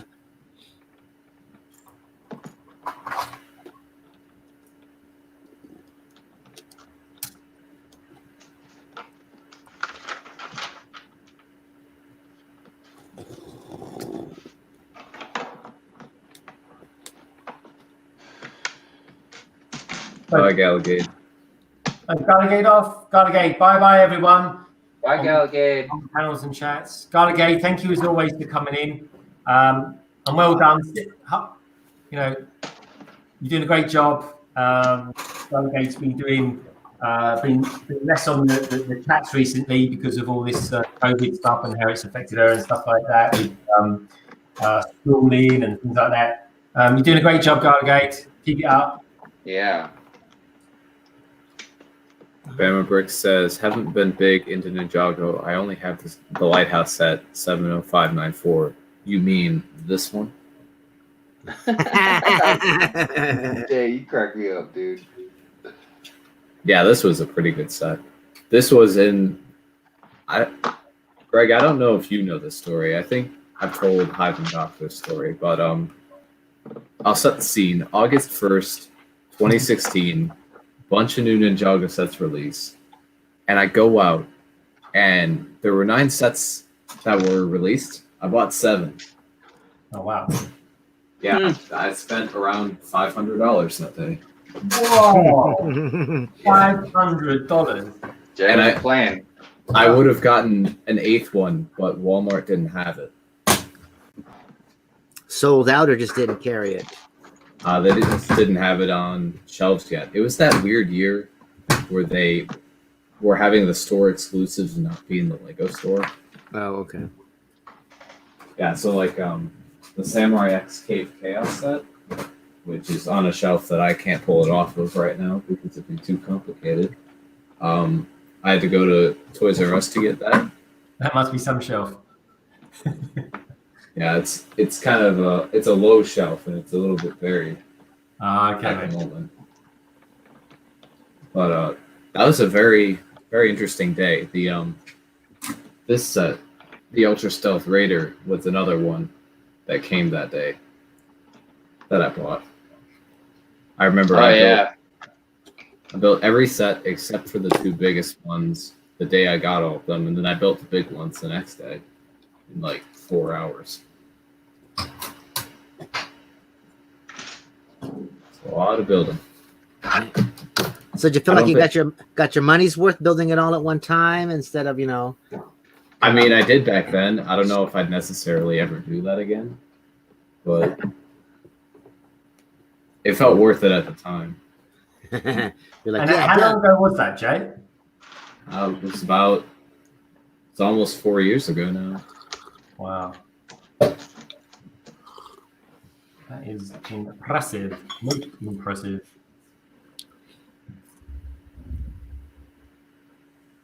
That's in there, that's in there. But Banner Brick says, yes, that one. My wife loves lighthouses, and I happened to come across that one for the year. Well, what one was that? I'll see you later, Solo Brick Builder. Good to have you here. Everyone, Later, Solo. check out a really nice guy and a really cool channel. Do check out Solo Brick Builder as well. We're all very communal here, and we're all good peeps, and we're all about the community. So please do subscribe, like, give a thumbs up to us, of course, and of course all the peeps that are in this live stream as well. Yeah, this was the lighthouse. There's a lot of traps in it. Oh yeah. Because Brandon likes the lighthouse. Yeah, man. Yeah, the Sky Pirates are trying to get Nia, and so Jay and Nia set up shop here in the lighthouse in the middle of nowhere and set up a bunch of traps for the Sky Pirates to walk into. There's a lot going on in that episode. The Sky Pirates. I have Master Sensei or Sensei Woos or whatever they call him. I have him. He's got a little balloon. Yeah, that's from Tiger Widow Island. Yeah, I have that. I have that. And then there's some sort of airplane thing that some pirate guy with the big mustache has. Yeah, that's the Sky Shark, and the pirate guy is Flintlock. Yeah, that's the one I have from that. But that was the last Ninjago I got until now. Doc, show us off that's a new recent set that's out. Tell us a little bit about that one. We'll tell you about. I can't tell you. I can't tell you too much about it, Greg. I have bricks and review coming up, which I will review the bricks. In that case, give yourself a good plug, my friend. So other than that, I mean, it's nice dragon. So that's all I got to say. Nice. It's nicely articulated. I wish it had wing. I wish it had wings instead of these digital things. But yeah, kind of like that's probably because I haven't seen it in action. Who knows? These might be like light trails behind it, like like on Tron or whatever. So it could be totally cool. That's very true. Like this dragon, Jay's Cyber Dragon. It has these digital wings, but I'm assuming it just has boosters like the Green Ninja Mech Dragon because of these things in the back. Oh, okay. So the wings are just for show, maybe to hit a few enemies on like a flyby attack or something. Flyby attack, yeah. This was a set that I wasn't sure about getting, but I ended up getting because I had gift cards, and I liked a lot better than I thought I would. Very nice. I like it. That's got to be something. That's something to do with Jay, yeah. Yeah. Jay's special. He gets 2 vehicles in this wave. Oh, does it? How come? Any particular reason? Because he's I think there are 2 different scenarios. Because the dragon, I think, is from one part of the season, while in another part of the season, it looks like they're going to be doing a race. So these 2 sets came together. So I'm assuming this is what Jay races with, and this is what Lloyd races with, because the giant dragon wouldn't really be appropriate for that kind of race. Yeah. And then Kai's mech jet, that's Kai's vehicle to race with. Right, the dragon would probably be for like the final battle or whatever. Yeah, I think it's for a different level in the video game. I'm like, and how come Cole got stuck as a fisherman, or not a fisherman, a lumberjack? Yeah, I don't think Cole and Nia's avatars are ever going to be seen in the actual show. They just kind of stuck them in there. Brixo Studios asking, London Bridge Bricks are you building the Fire Fang? I am indeed, my friend. I'm doing my best to do this because I'm always up against it. Because Doc always complains at me because I never seem to finish off a set. And I'm trying to use anything I can as a deflection. So if I'm asking the people on the stream as well any questions or anything like that, it's to take the emphasis away from me, so no one notices that I'm not not building as fast as I should. And it's not done yet. It's like, what's the deal over there? Yeah, I learned that skill from Brandon. It's for the people, man. It's for the people. Good way of putting it. I like it. You are. I suffer not getting my sets built so I can communicate with everybody. Seriously, I love it. Man, I really hope nobody took that seriously. Yeah, that's the thing. Yeah, the balloon. For whatever reason, this was never actually seen in the show, but it was seen in kind of like the title. The title okay. Credits. Yeah, Wu and Misako were just hanging around in the balloon. I'm taking that sign, Doc. Well, the only problem is my camera, like, it hates it because it's just like it usually just washed out. I didn't know it lit up. Yeah. You can pick the colors, red and orange. Yeah. So I always thought that was a really good idea. But where did you get that? Is that like an Amazon thing or something? No, well, it probably is on Amazon, but I got it at Fred Meyer. I went walking in one day, going to get groceries, and you walk past electronics, and there it was hanging on the side, and I was just like, it was like, what did I say to the corner of my eye? Let me back up and take a look at it. And the only reason I stopped to look at it is because Julian said in one time when he came on one of my streams one time, he's just like, your background sucks. Basically, he said it nicer than that. He's just kind of like, all I see back there is, a picture. So that's why, another reason why I got the ISS back there, so that way you can see the ISS. And this was supposed to sit back there and be lit up back there. But like I said, my camera, the one that's built in hates it, and the one that I bought hate that, it overcompensates for the bright, and I have no control of the brightness or anything else like that on it. Like I do, my real camera. So it's just kind of like, all right, try to hook my real camera up to, to the machine. I was like, Jesus. I tell you, anyone out there, definitely doing something like the lighting is very hard when it comes to making videos and stuff like that. Yeah, I've got 3, 5. I got like 5, 6 different sets of lights in here. Well, yes and no. It depends. I mean, if I'm in Garageland Studios, no, because I've got real lights, and my camera, I can control so many things on the camera. Even if there's not a lot of light, I can still, I can do some things. Plus, I've got a light that attaches to the camera itself, so I, have a spotlight that pops up on there. So, and I got that mostly so that I can go wandering around in the dark and be like, boom.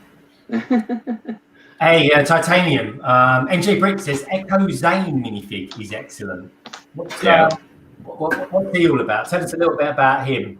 And why do you like him, MJ? You want to know why you like him? What's your thoughts on him? Well, first Jay's going to show us the figure because I'm sure he has it. Of course he has it, Doc. There's very few figs I don't own. Let's give him some solo-ish. Oh, hello. Yeah, this is Echo Zane. So that reminds me of Duke Nukem. So do you have a human one that when he was still human? So we have our regular Zane. Yeah, there he is. It's just our normal Zane. But when Zane's father got trapped on the lighthouse, which is in the middle of nowhere, is his father a robot or a human mad scientist? Well, it's not a mad scientist. Well, okay, scientist. He's a happy scientist. So he built a replacement Zane. Oh no! As Echo Zane. To replace his own son. Ow, harsh. Yeah. Well, he didn't even know if he'd ever see his son again. Oh, he didn't know he was alive still. Okay. So Echo Zane. B4, isn't it? It's like right. B4 character. But I'm just kind of like, you should have given him just a different name, Dad. Just had another son. I mean, instead of replacing me, just have another son. Damn it. I mean, Zane met him once, but in an alternate timeline, so he's never actually met him. Okay. And it was really Jay and Nia who met him and spent the most time around him. And he was on the lighthouse. He later helped out Jay when they were trying to rescue when they were trying to rescue Nia, rather, with the ninja replacements. because all the ninja were trapped in the sword. Inside a sword. Yeah, the Horrible Jin blade. curse. Horrible curse, I take. That's all. So that's where Jin Blade gets his Jin Blade from. Yeah. Yeah, so- It makes sense now. But Echo Zane's pretty cool. So he's part of the evil team then. No, he's the good team. He's a good guy. The Jin Blade was evil. Isn't the Jin Blade evil? The Jin blade was evil. Well, the person wielding it was evil.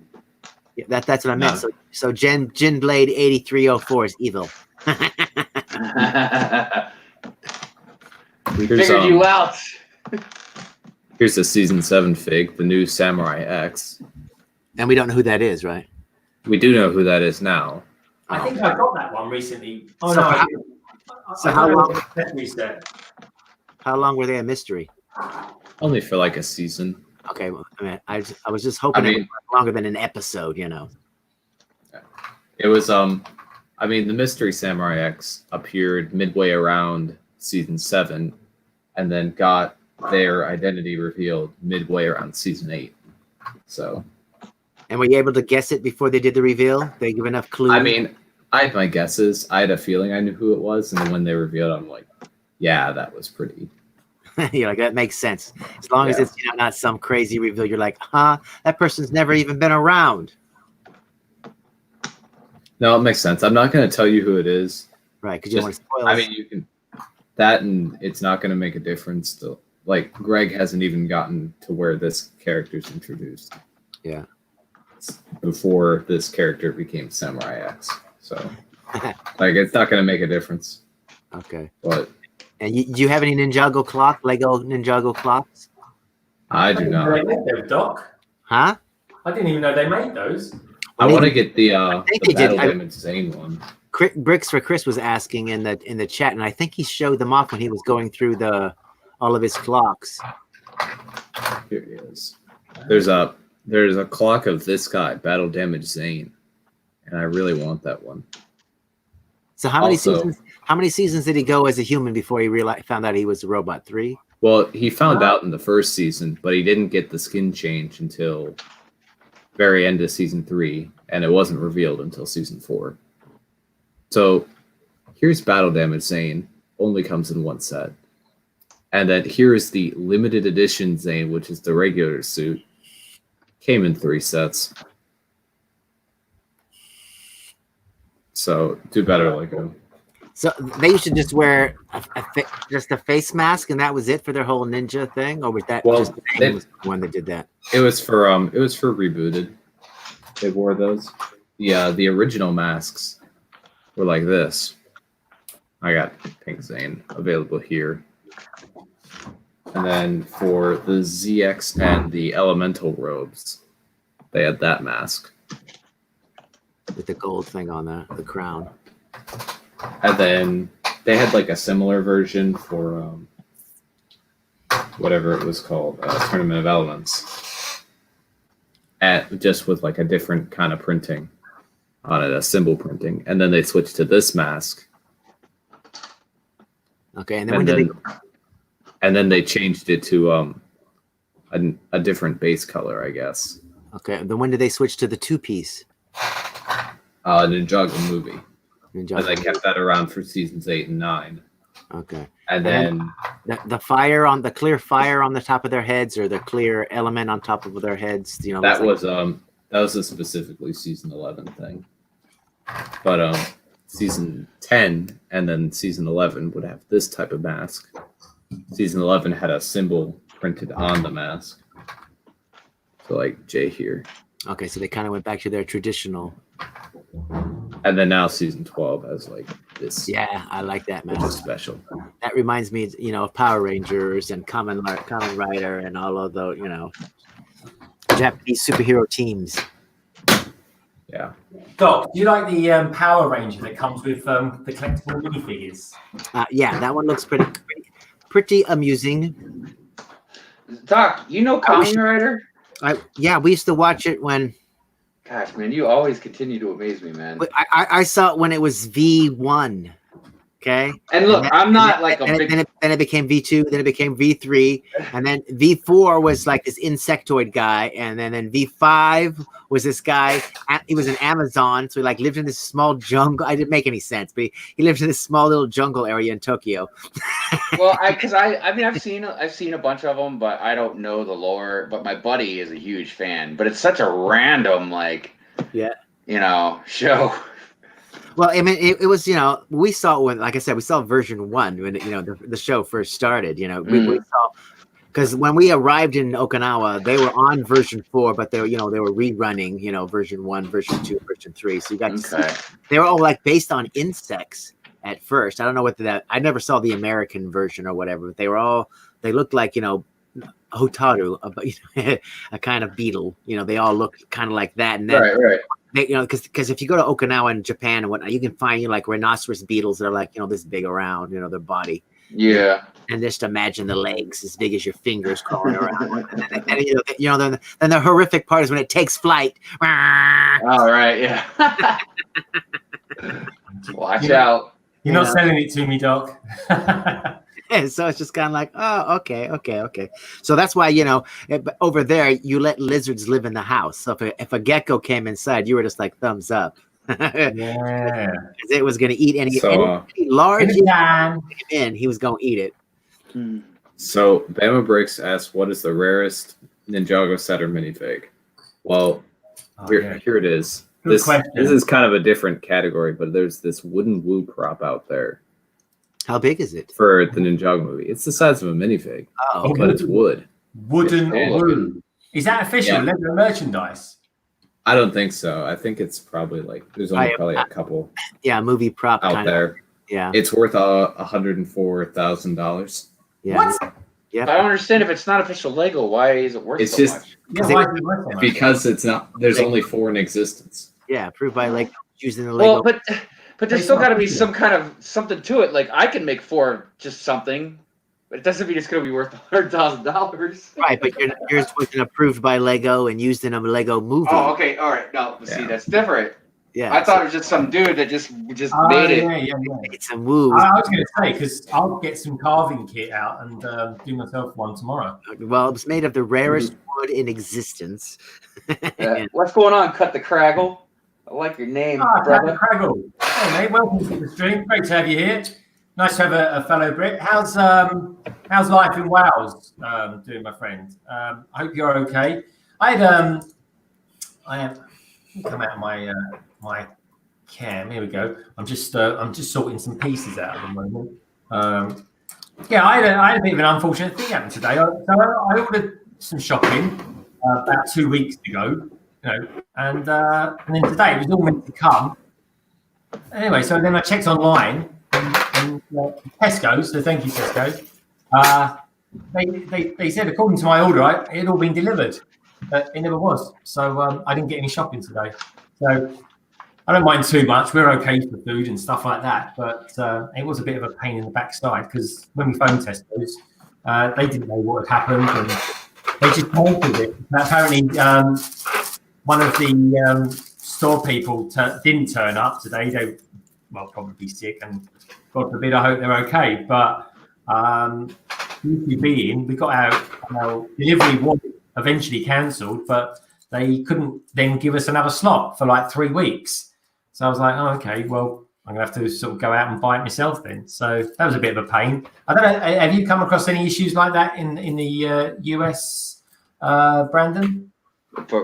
Wait, what's the issues with what? Like shopping and stuff like that, home deliveries. Well, I mean, as far as deliveries go, yeah, there's an extreme weight on things. I was just talking about that earlier. Like Prime 2-day deliveries, they can't get it any quicker than 7 days. And I understand. I mean, look, everybody's like online and ordering stuff online for the most part, so it's understandable. If anything, I saw that Amazon and some other company, I can't remember who it was, maybe it was Pizza Hut. I think it was Pizza Hut. They're trying to hire like hundreds of thousands of people. Yeah. Because deliveries and stuff like that. So. Yeah.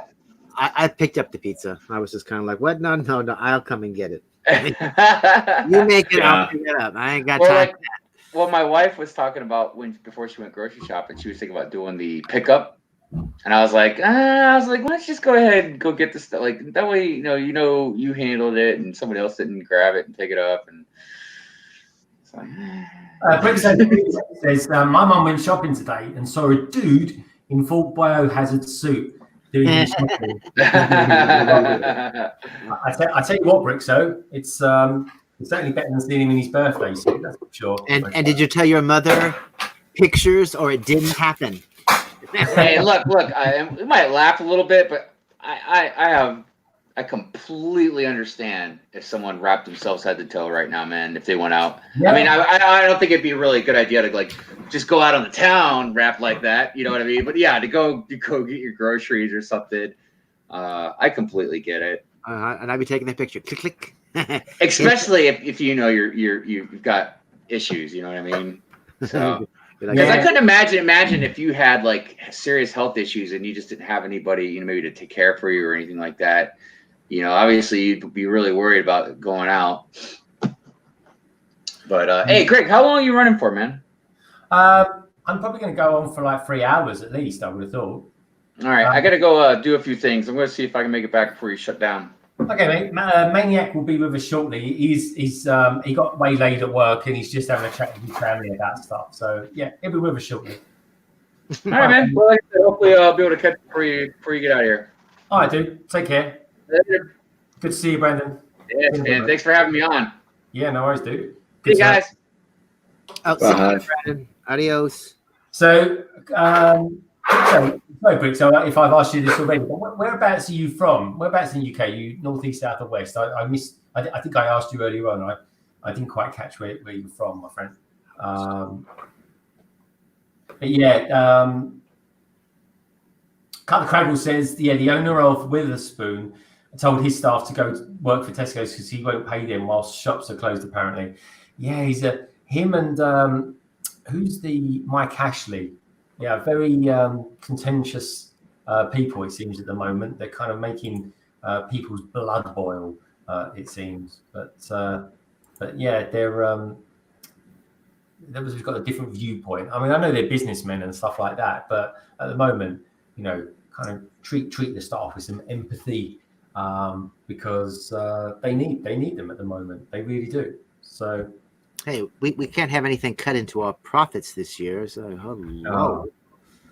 Yeah, how rubbish is that? Not guaranteed, supplement from the government. Then we'll be like, oh, we were feeling bad the whole time. Come back to work now. So Brixo says he's from down the south near Portsmouth. Yeah, I've been to Portsmouth, so I'm obviously up in London. So you're not a million miles away from me, Brixo. I go down the M3, M23 from here, and just keep going south. Really, I've been to Portsmouth. You've got really nice harbours down there. So nice place. Cut the Craggles from Wales. So I'm kind of liking this, guys. We've got some UK contingency in today, so I'm liking it. Good stuff. Other than Gallagade. Hi, Titanium. Moto says I found a Kai clock in a thrift store. That's pretty cool. Yeah, that's really cool. I'm assuming it's original Kai. Is there another Kai? Is there like an Echo? Oh, I don't know. I don't know if there's been multiple, because there's the different suits of Kai. I'm assuming it's the original suit. Pat Crackle says, ouch, we had a shopping order coming tomorrow, but at the moment, half of it is showing out of stock. Yeah, that is a bit of a thing, Cut the Craggle. We're okay for food, but I don't know. I do fancy maybe I might have to go out one night soon and grab something. Ninjago Doc. Look at those ninja eyes, everyone. Don't ever try and do a blinking competition with Ninjago Doc. You won't win. It's impossible. Look into my eyes. Look into my eyes. Not round my eyes. In my eyes. Look at my eyes. Anyway, what's going on with you, Titanium? You look like you've got a billion bricks. No, this is all my extra Ninjago figs. All my duplicate figs that wouldn't go in the collection. So like duplicate villains, those are fine, but this is all a lot of like duplicate ninja. Here's Jay. Randomly pick some out. Let's take a look. Here's one that I have like 3 or 4 of. Oh wait, he has the wrong arms. The right arms, because I was building some customs as well, and those are elsewhere. But it's like a Skybound Kai. I have a bunch of the Legacy Kai because he came in a lot of sets. And do you have their hoods somewhere? You know exactly which one? Yeah, I have. I could find out if need be, but I have all the headgear, and then I have like all the armor and neck attachments. There might be a leg attachment in here too, but there's only like one of those.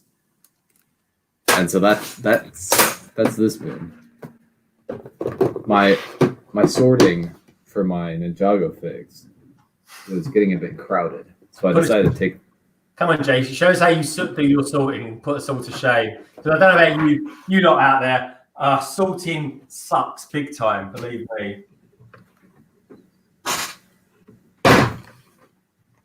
This is all my Ninjago figs. And it was getting a bit crowded in here for all of these figs, in all 3 of these. So I decided to take the duplicates out, put them in a bin. Oh, okay. I was going to say, because you have more. You just showed us another bin. So. Yeah. Well, that's one of everything is right in there. And these are all complete with all neck pieces, head pieces. Yeah. I've got an area in the middle bin for like a bunch of like extra hoods and neck attachments and things. Hair as well. It's like the little bars. Oh, they're the health bars, aren't they? Yeah. I've got the like how Kai has that energy mask. I have the ones that I have are in here because the suits are essentially the same. It's just the masks are different. Yeah, okay. So anytime you need to add a mask, you're like, boom. And then I've got hairs. So like this is Harumi hair. This is Flintlock hair. Modern Nia hair. Oh, yeah, nice. Yeah, I've got a lot of stuff in here. There's even a pair of legs. That was for the Golden Master. Because he had legs. Black. He's the Golden Master. Well, he had legs, but then he also had this skirt piece. And I guess Lego was just too lazy to actually print on the legs. But here he is with the skirt piece. And that's so he can be attached to a mech. Let's have a look at that. Look at the print on that. Yeah, that's some nice gold. And then what figure is that, mate? The Golden Master. The Golden Master. Yeah. Now, is he a good guy or a bad guy? Because he's a very bad guy. I was going to say he looks naughty. I don't know if you've reached the part where you've like heard of the Overlord yet. I have heard of the Overlord. He's like the baddest of bad people. Yeah, this is him in season 3. Ah, okay, that's fine. So you'll heard of him. You'll see how he reaches that later.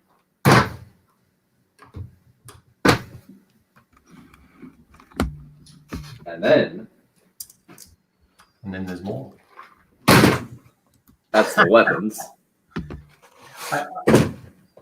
There's so much. You can see now, folks. This is why I got titanium on here, because he is the ultimate guru of all things. Yeah. Brixo Studio asks, was that the original one or the legacy one? That was the original. This is the legacy one. I have 2 of him. Oh, that's nice. Yeah.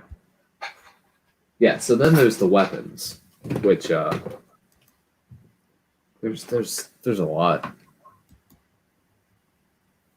A lot of weapons. No, sir. I'll drop you an email. It's just a tick, my friend. If you've got time to come on, you're more than welcome to. And then I've also got like the bigger figures in here. I've got Kilo. I've got Dog Shank. I got that one. Oh, I've got Tell me about these big figs then. What are they all about? Because there's big grey one. Show me some of those big figs.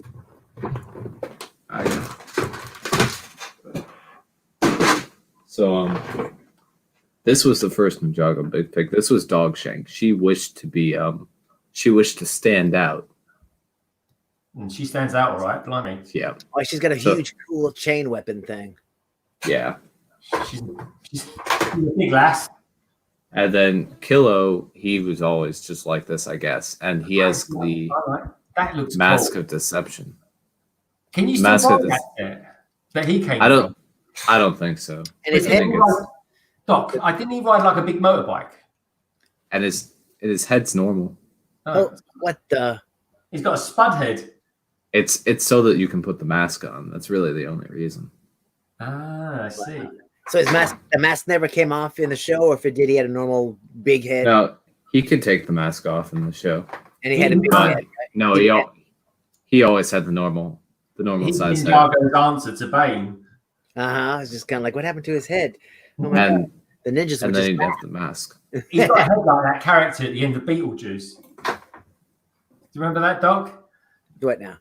Yeah, watch the last few minutes of Beetlejuice. You'll see a guy in there who's got like a tiny little head. There's also this guy who's Daddy No Legs, and I put him in here because he won't fit in the minifig bin. Now, I've got to say, right, when you first showed that just looked like a big version of Salacious Crom. Yeah. Yeah, I don't know why. I'm looking at him, I'm thinking, it must be the way he's got his legs. Like and then there's Akita in wolf form. Oh, yeah, no, I bought that set the other day. That's like a nice little, cheap set, that one. I got it for like £11. Yeah, it's a little bit. Yeah. There's a shark. Yeah, there's I also have my kind of scythe type weapons, just like big scythe weapons, I guess. What I classify as scythes. Because I needed someplace to put them. I also have like dynamite and some other like ammunition and everything for different launchers. Like this was in Battle for Ninjago City. I have Cyrus Borg's chair. Cyrus Borg, nice. And then I have the updated one now. The updated one's a bit more stable. So does he have a lower half of his body, or is that just like a... It's because he was born disabled. Oh, okay. So instead of a wheelchair, he's got this cool robot chair. He doesn't have... He has legs, Moto. Sorry. I think that's a good excuse to get him in. Moto, I'm just going to drop you an email. I forwarded it to him. Oh, have you? Thanks, thanks, Doc. Moto, put something when you want it, mate. There's even more. This also gets into the collectible weapons. Collectible weapons. Yeah. So a couple of them. I took the time blades out so I could put them on that. And I took a couple. Rico Studio says he has a Daddy No Legs as well, which is kind of cool. Lego Maniac says that one looks like the villain in the Wild Wild West. Lego Maniac then goes on to say Dr. Loveless. And Bricko Studio says titanium. That's a ton of weapons. Yeah, it is. Bricko said that is an understatement. That's come on, show us some more of those specialized weapons. So I mentioned the Jin Blade earlier. This is my own custom regular version. But in the sets, they'd come with a different ninja trapped. So like this is Kai, and it'd show his element. I like that little round tile. And then there's here's Lloyd. Kai and Lloyd were the only ones to come in multiple sets. And then there's others, the other four ninja. Where's the J? And there's Wu. Oh, even Sensei Wu. Yeah. Wu was the first one trapped. We like a bit of woo. Woo. There's also the Day of the Departed weapons, which all share this kind of common crystal base, but each kind of have a different thing identifying with who's wielding it. So like this belonged to Pythor because he was a snake. This was the snake staff. This belonged to Samukai because the skeletons used axes. And we had Cryptors, which was a Technoblade. Are they energy weapons? Is that why they're like translucent? I think it was for like the ghost thing. They weren't like translucent in the show, but it gave a nice effect in here. Okay. Did they like glow on the show? A little bit, yeah. I guess, because all the villains came back as ghosts possessing statues, with the exception of Pythor. Well, how did they come back as ghosts? What they kind of just died off, and then mystically they were brought back or something? Yeah, it was a special Day of the Departed with a special lunar eclipse that allowed Sensei Yang, who had this weapon, to bring them all back, but only for the duration of the eclipse, unless they destroyed the ninja that destroyed them. So they each went after a ninja, except for Chen, who decided to go after 2 ninja, because he's not smart. And then here's like a custom of Moros. It didn't actually come in any sets, but I took the new piece that came with some of the season 12 sets, and I just put it in one of the extra ones that I had and made the weapon. That's pretty cool. So I've got all kinds of things. I got the Jade Blade weapons. I've got the Technoblade weapons. Do they get new weapons every season? They get, I guess, powers? new collectibles every season. So, like, currently the collectibles are the Keyblades, which I'm still missing one, actually. How many are there? There's 3. 3. Okay. The Empire Dragon, the set that you have, that has the other Keyblade. A blue one, because I'm like, I think I've seen them all. Arrowblade. It's like the glaive. Yeah. Brandon would get that from the horrible movie. It was a 3D movie, though. This was the season 11 collectible weapons. Greg, I believe you'll have. We have action in the green room. So the banners are nice. Let's see. Okay, girls and boys. So it is a good friend of the channel.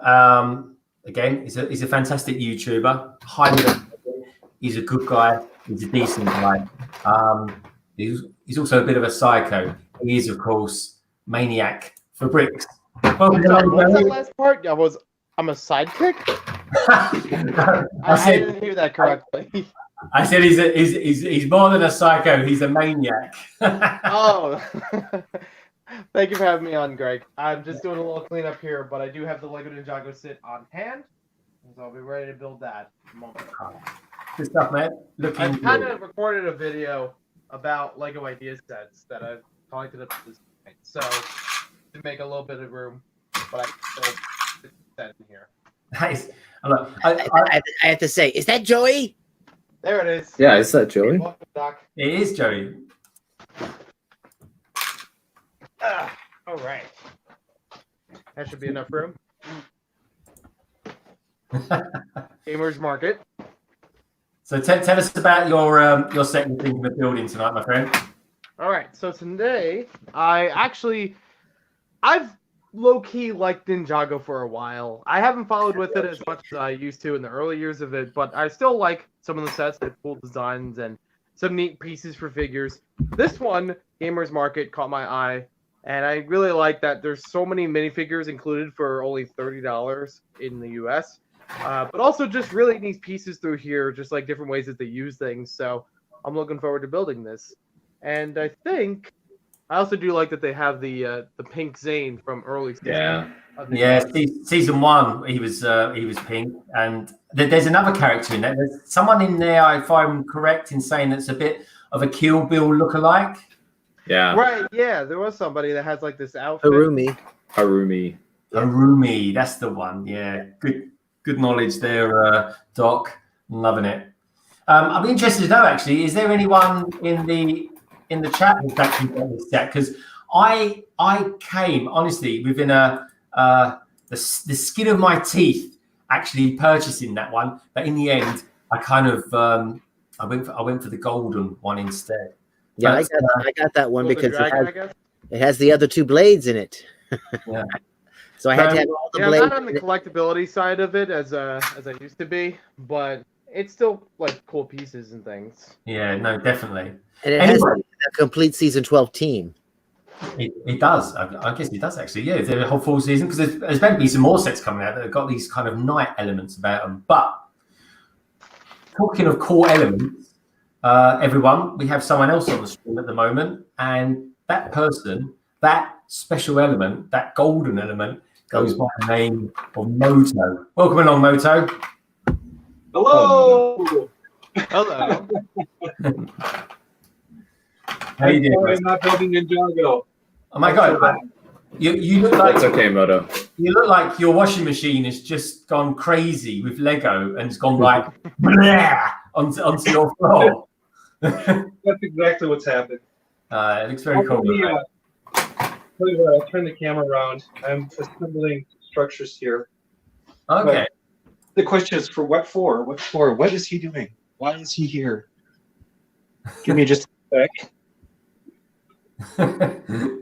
Well, I mean, we're always, yeah, that looks kind of crazy. It looks good, man. I'm liking it. Oh, that is just crazy.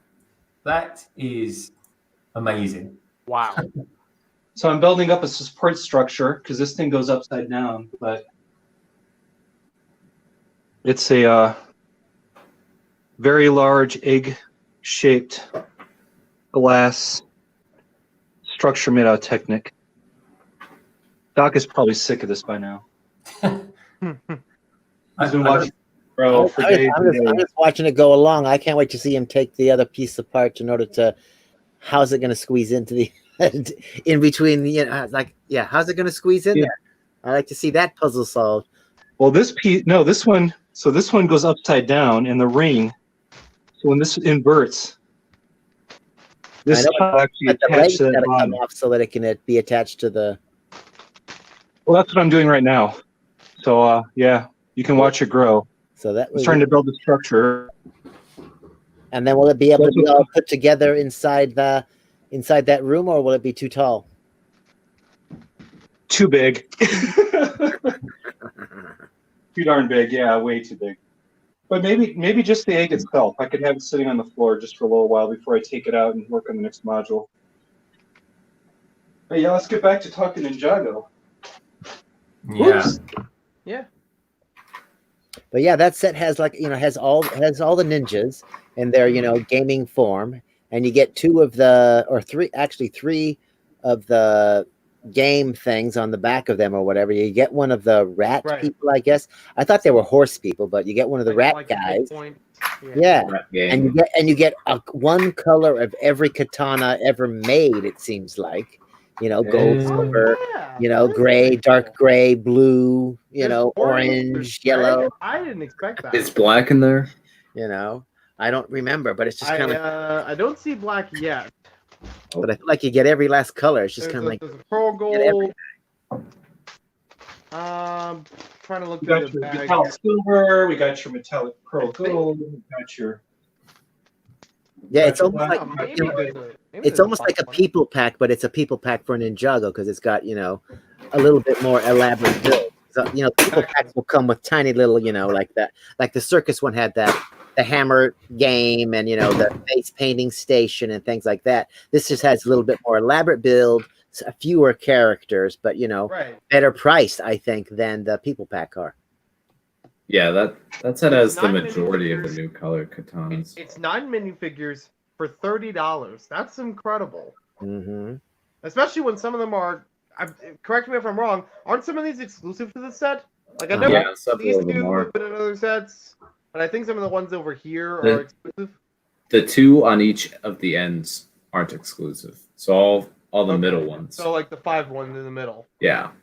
That's But then pretty good. like Cole and Nee are all made of existing pieces. So Yes, exactly. That's the only part that the diving disappoints me, is that costume they're isn't, very bare bones. yeah, it wasn't Asianed up. It's like they should have changed it to a little Asian symbol on the back or something. Like it's Asian I mean, diving. if that's what you want to call it. Or Ninjago letters, whatever. This sword piece, I don't know how many people out there have seen this movie, but this sword piece definitely gives me the vibe of Scott Pilgrim versus the World. Ah, yes. Like a lot of those kinds of laser swords in the movie. Good shout. I love that. Yeah, film. so I love that's that. that set contains like a relative majority of the different colors of the modern katana. And if you're like, hey, Titanium, what do you mean by modern Like the square katana? end of it. There's several different types of katanas. Right. There's the modern kind, and there's the other two kinds. And if you want more information, you can go to Bricksmith's channel and check out the latest episode of the Short Sword, Oh, okay. where I explain the different types of katanas, and me, Julian, and Straw Bricks, all show how we sort them. Yeah, I'm sorely behind on the short sword episodes, but I'm hoping that I can like wait on them for a little bit for most of them. So that way, when I actually do sort Lego pieces, it'll be eye-opening. But I can watch that one real soon. That does sound really cool. Yeah, I when- just love the long, convoluted names they have for each piece. It's just kind of like, good God, it goes on That's just forever. like, yeah, This- it makes those- This is all katanas. On the top row. When you've collected enough Ninjago for long enough, you remember when these were common, and when these were common, Mhm. and now like gold and black barely come in any sets now. Silver is probably the most common ever, Right. and then red's becoming increasingly more common. Yeah. Do you reckon that's because are they using Ninjago to kind of make way into the Chinese market? Possibly. I think that's what that Monkey Kid series is for. This color is also becoming common again. This was first used in possession. Is that the green? for- I don't know if there's a proper term for It's it, green. but I've always called it ghoulish green because I Yeah. remember the possession sets having it for like all the ghost elements. Yeah. Oh, does that glow Yes. under black light? That color? No, I Unfortunately, don't it doesn't. No. Okay. No. But they used it for possession in 2015, and then they didn't bring them back again until this year, 2020, with the season 12 sets, and I think they're going to be using them again in season 13. But there's also the lime green color, which is the only katana of the only modern katana not to come in a Ninjago related set. It came in the Overwatch set, the Hanzo versus Genji. Oh, okay. But I bought it anyway because it was the only one I was missing. Like this game controller hilt for a sword. So Titanium, are you a Unfortunately, I can't really completionist? use it much like that. I was at one point. I was trying to complete the collection as much as possible. I've kind of moved on from that, and I'm really just getting the sets that I like, while simultaneously trying to get as many of the minifigs as possible.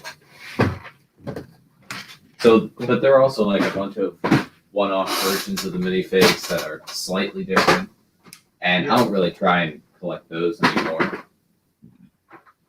But I tell you what, Brickso Studio says Titanium is literally an Ninjago encyclopedia.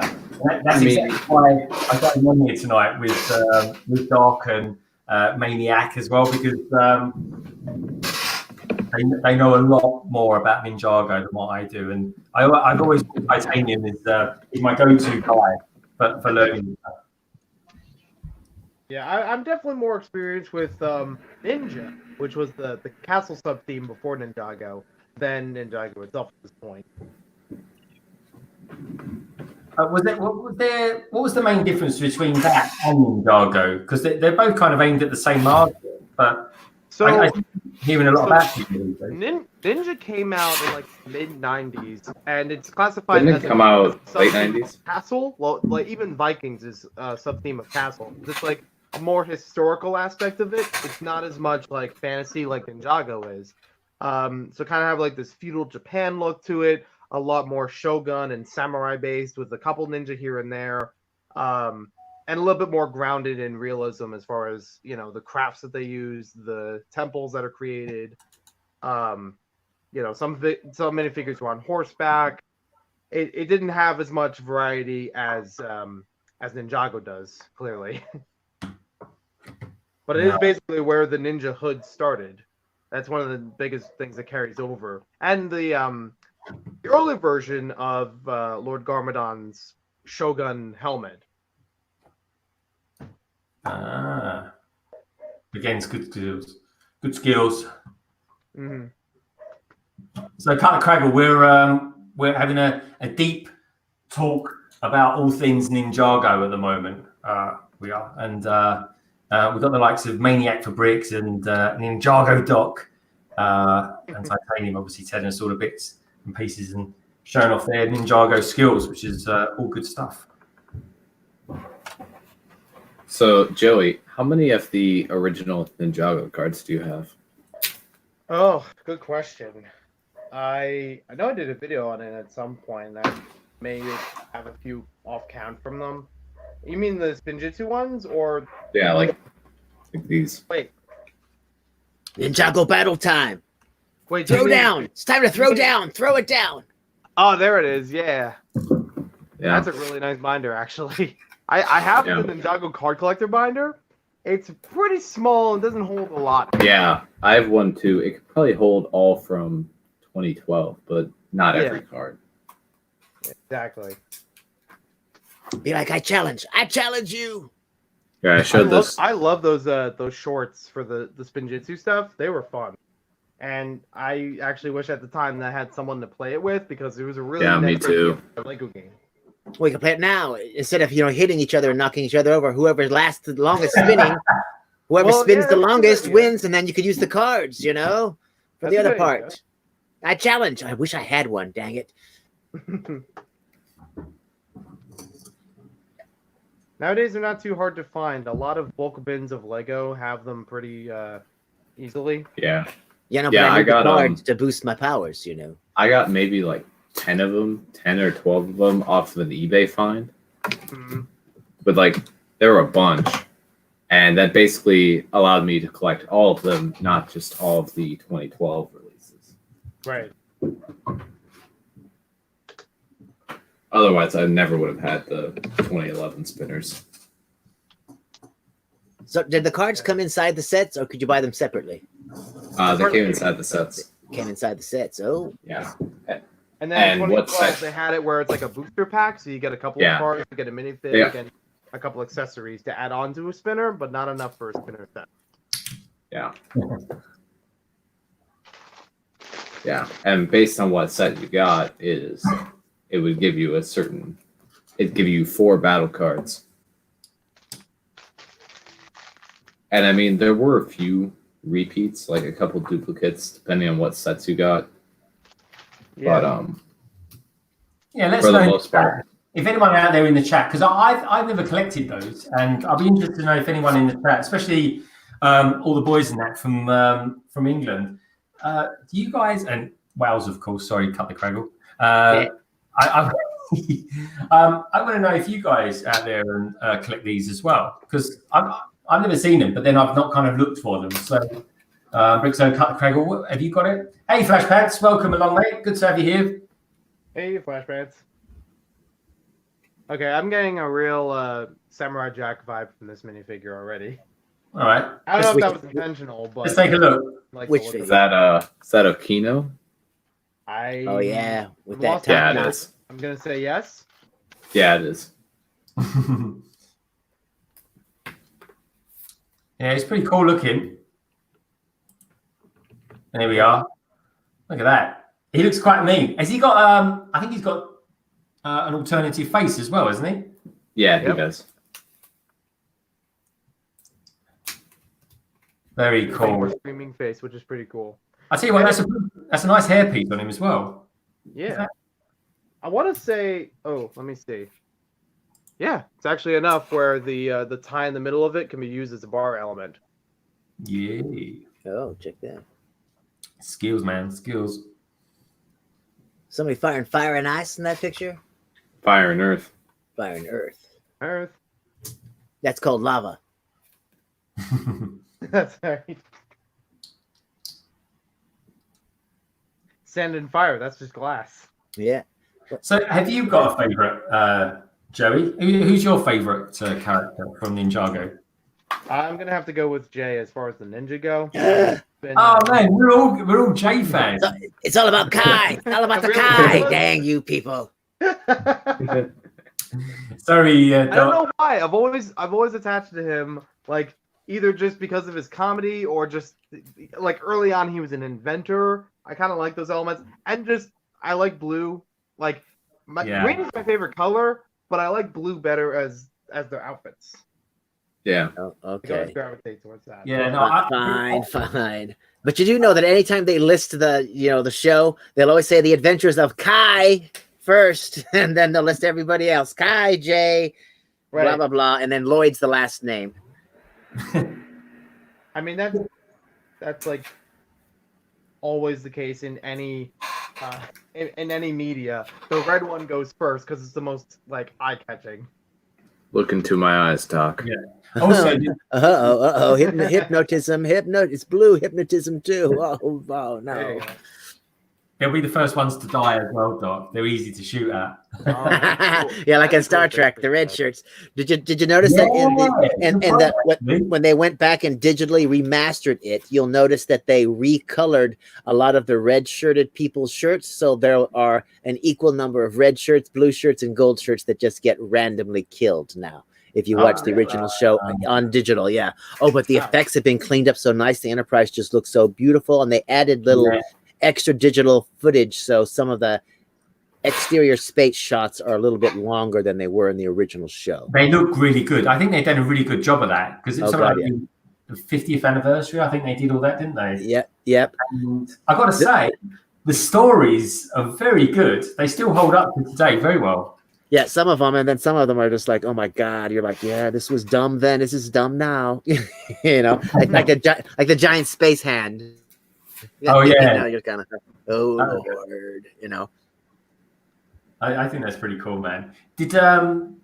Was you satisfied with the last episode of Picard? Have you seen it? Yeah. Yes.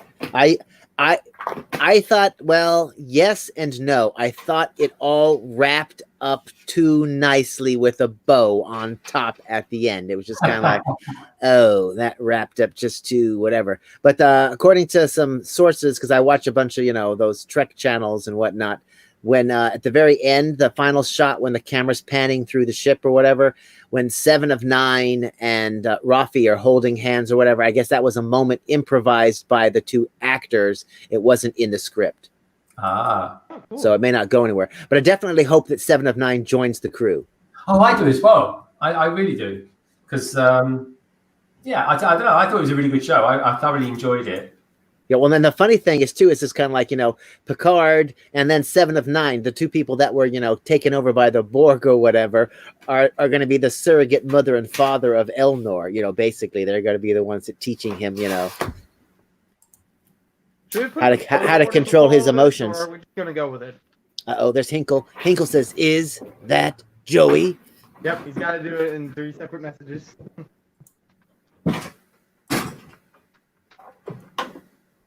All right, I will be right back. Everybody's picking Jay as their favorite ninjas. Yeah. Oh, dang. Brick Studios. Oh, Brickzo Studios. Unsubscribed. No.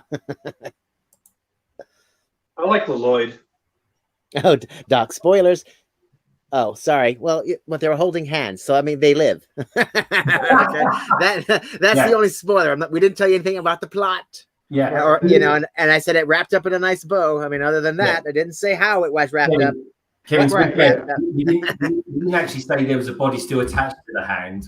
Yeah, exactly. They were just two hands on a table. Just saying, mate. That's great. But the special effects were fantastic. The callbacks were fantastic. I'm just glad too. Well, I can't say. Well, I'm just glad that Brent Spiner has a role in the show. The actor. Yeah. You know what I mean? So it's just kind of like, okay, going forward, it's just kind of cool. He can be in it, and be happy that his legacy, and everything else too, because it's not a spoiler if you've seen, the 2014 Star Trek movie where he dies, or 2012, where Data dies. It's not a spoiler. The Data's dead. No, and I really liked what they. Not a spoiler, but if you haven't seen it, it is a spoiler. Yeah, but it's been enough years that I'm just kind of like, it's too late now. If you're gonna rage, it's too late to rage. But the main reason he didn't want to play it again because he was just kind of like Data wouldn't age. So me as an actor aging, it would be he didn't want to come back to play Data as a character in anything because he was just like I can't it's not true to the character that the character would age, or that the writers whatever would create a contrivance, be like, no, look, we added a special thing so Data's flesh will age. He was just like, no. That's not how Data was designed, from the get-go. So he's like, you can't do that. So I thought the sentiment of that particular episode was really good. One of my big takeaways from that episode was appreciate life. You're not here for very long, and that makes it even more special. Exactly. Yeah, because even even the robots, the robot people, it's just kind of like you're not going to be here forever either, because that proved that when they killed the robot people get killed. Yeah, they can get blown up and stuff, so they die too. So it's possible. Yeah, you just want to keep backing yourself up every day, just in case. Yep. Back yourself up every day. You don't have Amazon Prime? I watched it. It was fantastic. But I guess right now they have. I guess it's this week till the end of this week. CBS All Access. I don't know if you can use a VPN to change your country of origin and say you live in America, but you should be able to get the CBS All Access for free and be able to watch, binge it all. Yeah, I got it on Amazon Prime. That's how we get to see it in this country. Oh, yeah, because I'm just like, binge it. Have you seen all of Discovery yet? I'm ready for season 3. I am ready.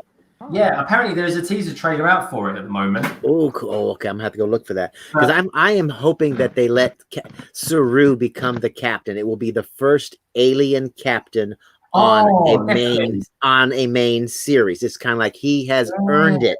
He's been working towards that goal since season 1. And the whole premise of the show with Michael Burnham is we're supposed to follow the adventures of the first officer, not the captain. So she can't become the captain. So it would be good to make Saru captain and her be the first officer, because the first officer is the one that goes on the away missions anyway, while the captain remains on board the ship. Sure, whatever you say, Doc. So she'll beam down, with the away team. So she'll be the one that gets to beam down, lead the away team and all of that stuff. Because she's been working back towards that position, because that was her position in the very first episode, was first officer, until she betrayed, her captain. So, Doc, are you invested in Star Trek? I love the Star Trek. I have watched every iteration of the Star Trek except I was waiting Enterprise. For him to say, no, I've never seen Star Trek in my entire life. Seen the movies. Like, no. Me and my friends, we used to watch Star Trek 2, The Wrath of Khan, and everybody would take a part. And I would be Spock, and you would say every line with the movie, and everybody there would be there saying all of the lines for the whole movie. Thankfully, I wasn't Kirk. I was Spock. But I had to do the Spock death scene, I remember when I was a kid and I went to see that film. I was absolutely blubbering in the cinema when I watched it. Yeah, Spock. Yeah, exactly. You just got like, no, they get. And then, of course, at the very end, they're just kind of like, oh, his torpedo coffin landed on the Genesis planet. You're like, oh, there's a chance he might come back. There's a chance. Yeah. There's a chance. Okay, all right. I don't have to cry walking out of the theater. And if you ever watch Triangulum Audio Studios, he showed a making of Star Trek 2, and I guess at all of the screenings, the test screenings of that movie, the producers of it would stand there and they would watch people walk out of the theater crying. And so they had to add that scene to the end of the movie with the torpedo landing on the planet so that people weren't walking out of the theater crying. At that point, they were walking out going, okay, there's hope. It's kind of like, oh, okay, well, And I guess that movie got made in spite of Gene Roddenberry, because I guess because of Gene Roddenberry, the first movie became a disaster or whatever, and he tried to harpoon, Star Trek 2, but the producers were like, no, we'll hold him at bay, Nicholas Meyer. You make the movie you want to make. We'll hold him at bay. And then it became the most successful Star Trek movie of all time. And then Gene Roddenberry took the credit for it at all, at the conventions, going, it was all my idea to blah, blah, blah, to do this, to do that, and on and on. Because of his, his behind the scenes, whatever, he almost they couldn't get Leonard Nimoy to come back on Star Trek 2. until they gave him the idea of the juicy death scene. And then once he read the script and he had all the fun on the set, because it wasn't like Star Trek 1, he was then sad that his character died. So if you watch, interviews of him after Star Trek 2 or whatever, he talks about how sad it is that he's leaving the franchise and this, that, and the other thing, and on and on and on. And then the other way they brought him back to this, the franchise was like, you can direct Star Trek 3, your resurrection episode. And so he got to, direct that one. Yeah.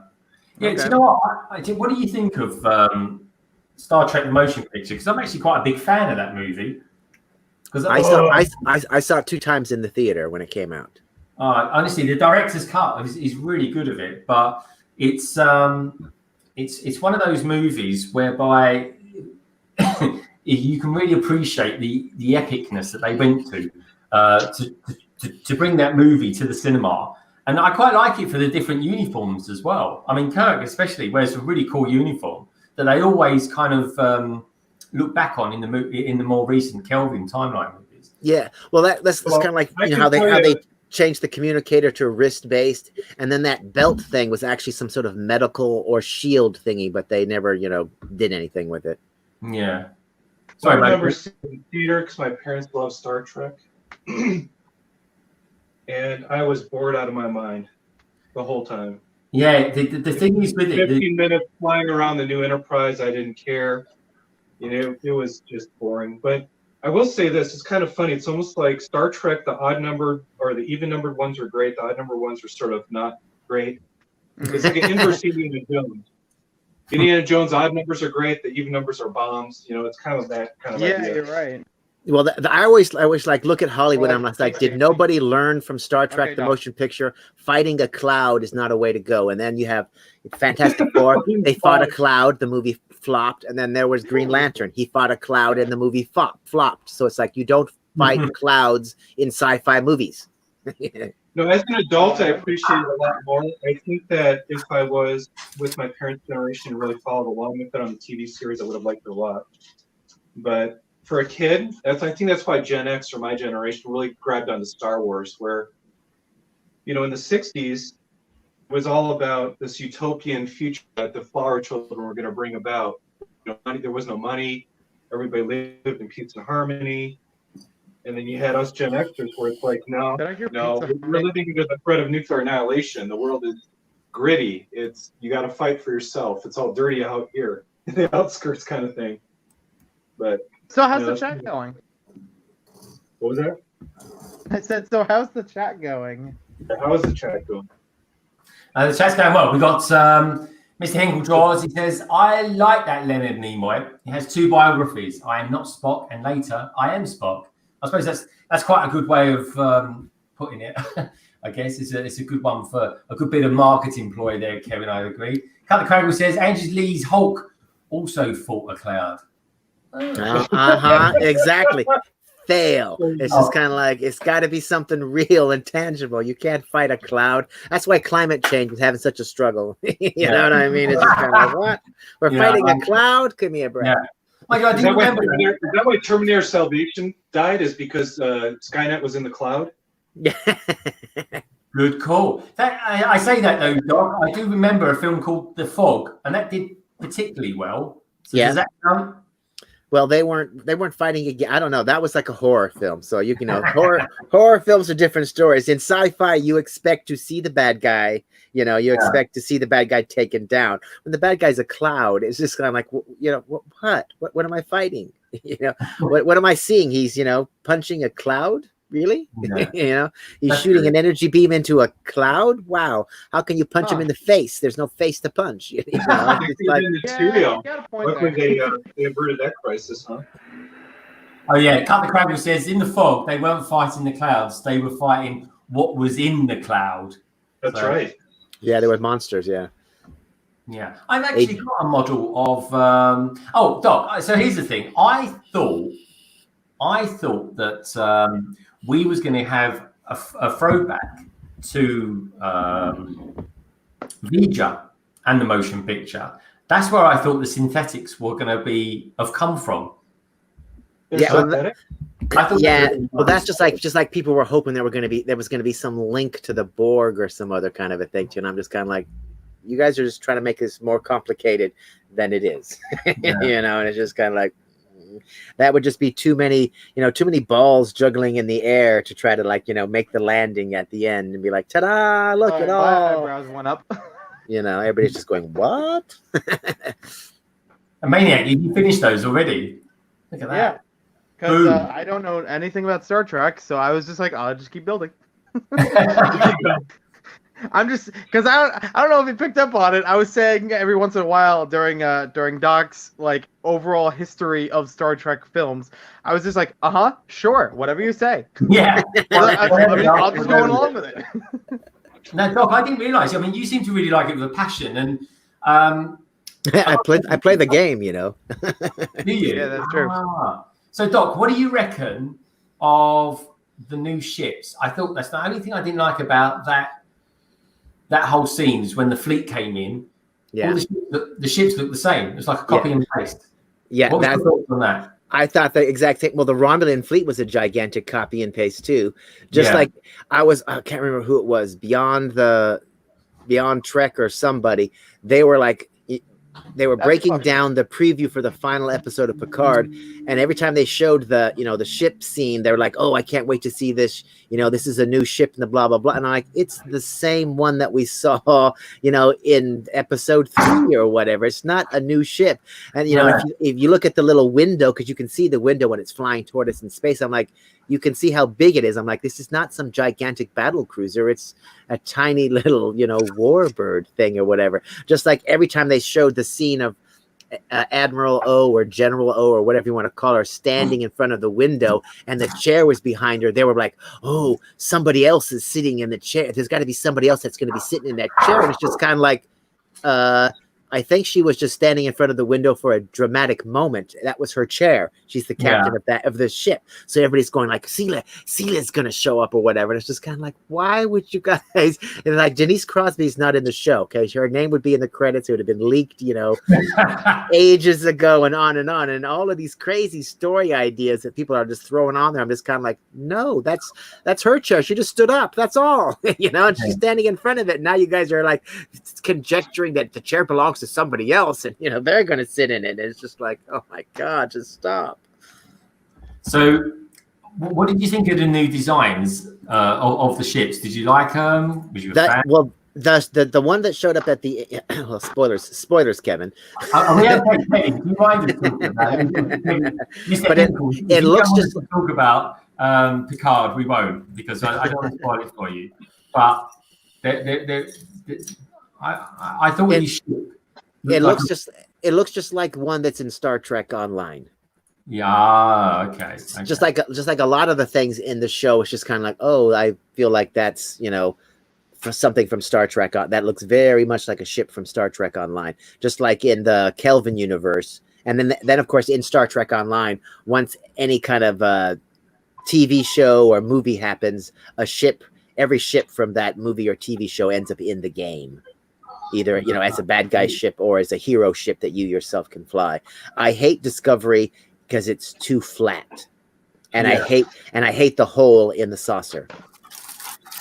Yeah, but that served the purpose, didn't it? For the yeah, but imagine being a crew member standing in that part of the ship when that entire saucer spins around. It's just kind of like, really, you know, inertial dampeners to full.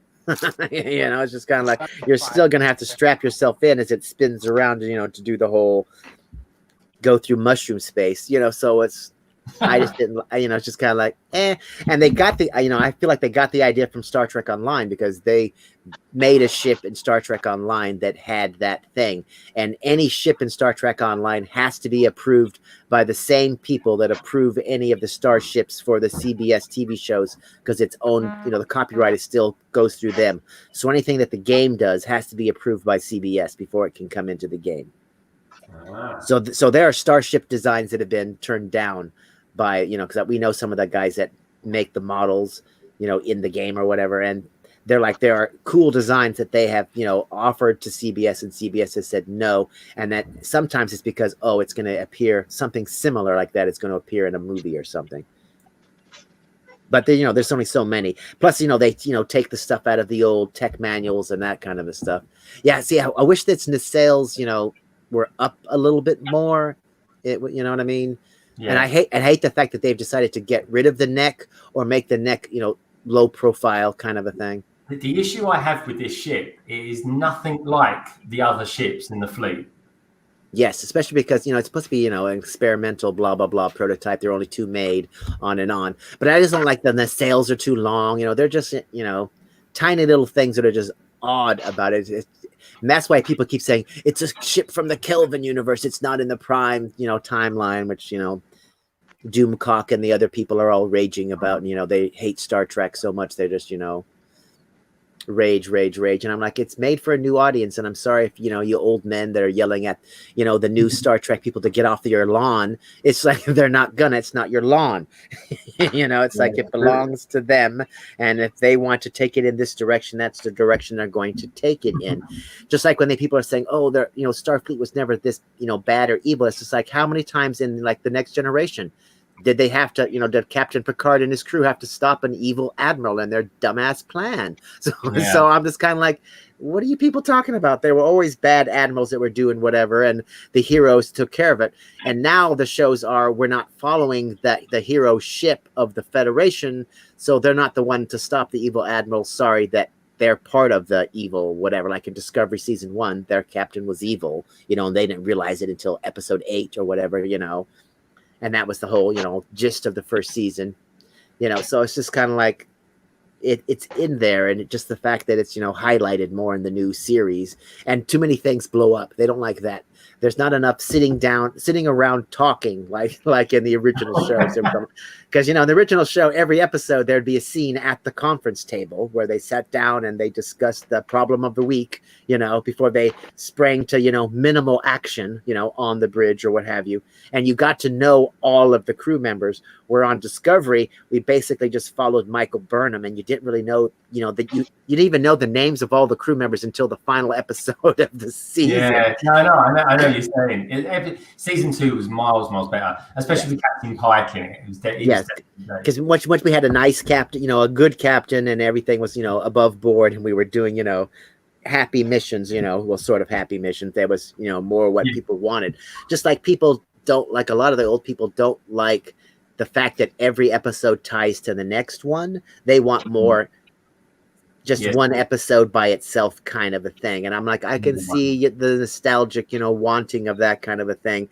But having episode for episode, a storyline, those are some of the things that Deep Space Nine did so well, some of the things that Voyager carried forward. It was one of the elements that made Enterprise, liked as much as it was, and so that they gone full on, and that's just the way it's going to be from now on. It's just because, well, that's how most shows are done. And that was one of the things that people complained about the original shows. There was never a continuing narrative. Yeah.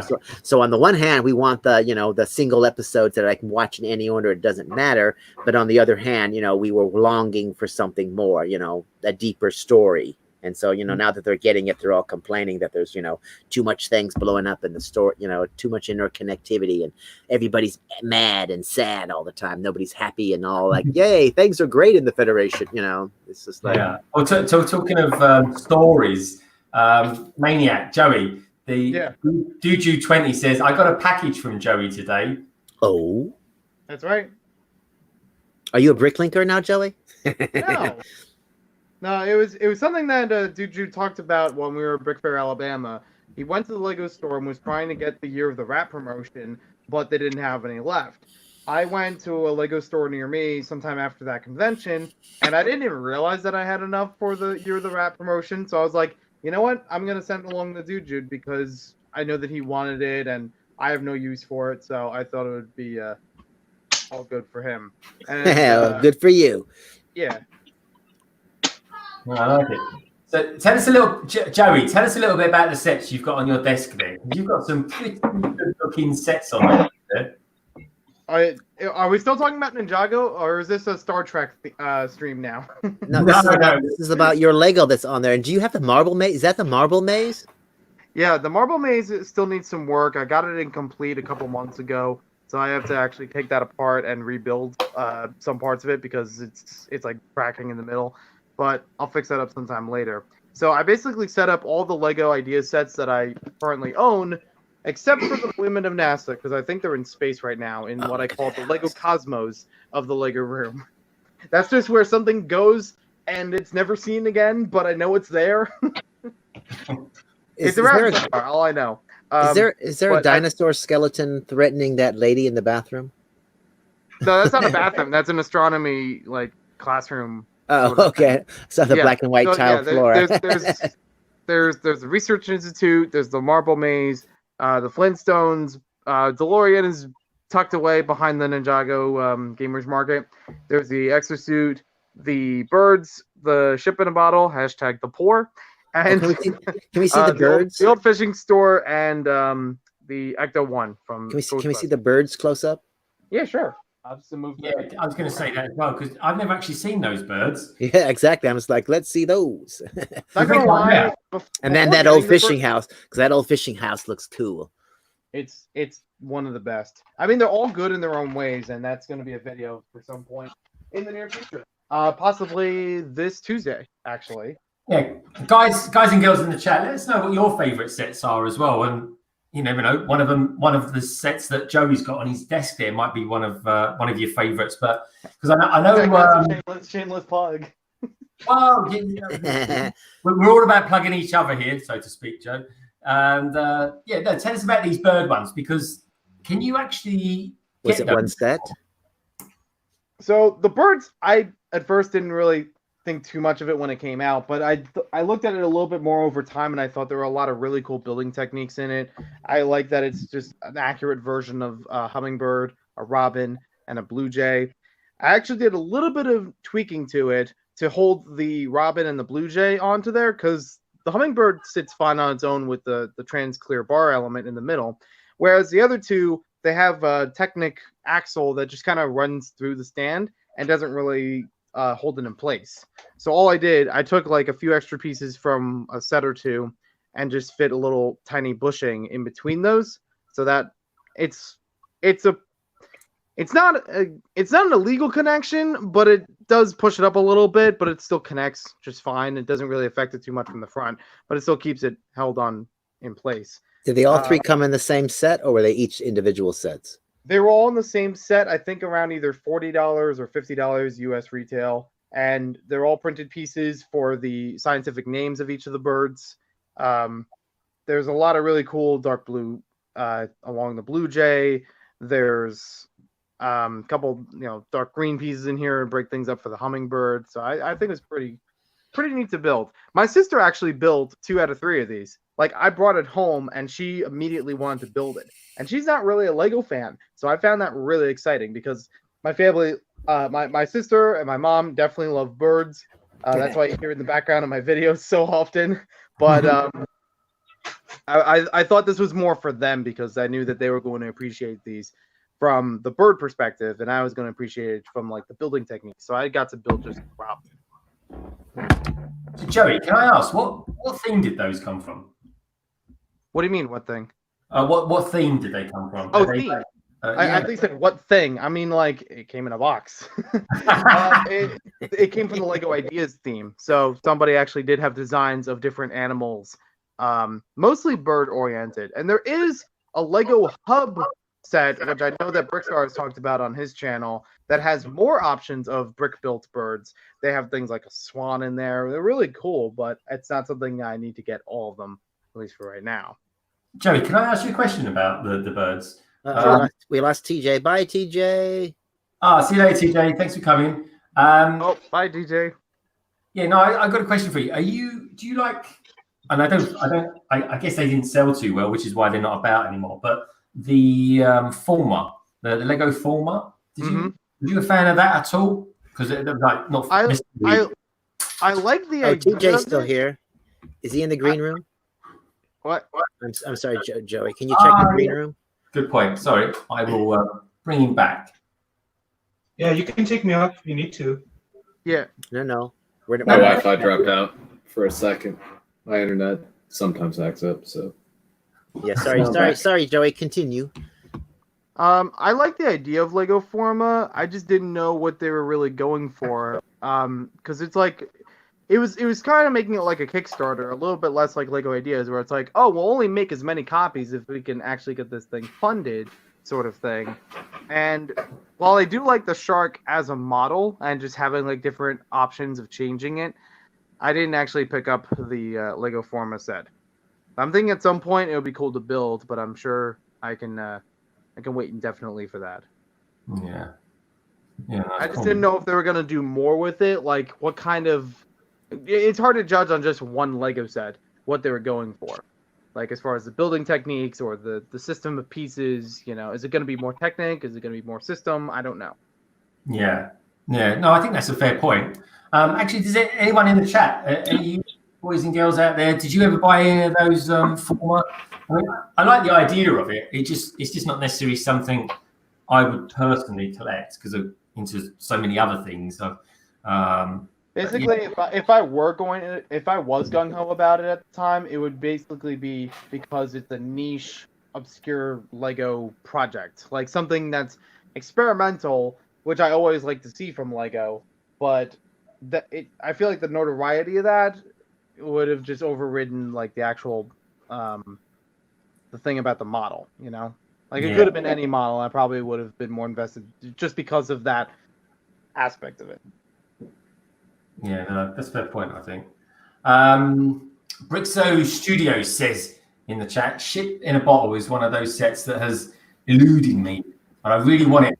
It's such a cool concept. Also, I really love the birds, especially the robin, because I see one in my garden loads. Yeah, but I mean, that's the thing. The robin is is a lovely looking bird, and quite prevalent on the UK shores.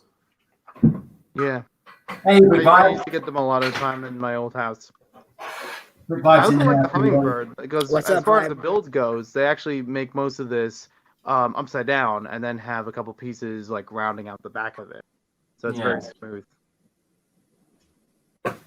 Well, also there's a famous mocker who started by building birds and birds on ideas. So that's kind of been historically a mock thing that's been where the ideas came from.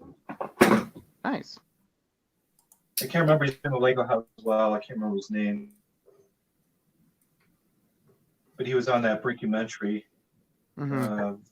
Probably Christian something or other. Those tend to be those sort of names. So what do you got going on there, Titanium? I got a bin of Ninjago stuff. Ninjago stuff? How surprising. Yeah, I know. Ninjago stream? No way. Completely unlike me. I can't believe it. So, I love this bike. This bike is kind of cool. It's got a nice feature because you can pop these out, which represents when Jay inputs his lightning powers into the bike and makes it go at super speed. Hashtag pop those wings. Kevin knows what I'm talking about. Does that work similar to the one from Kai's bike from 2012?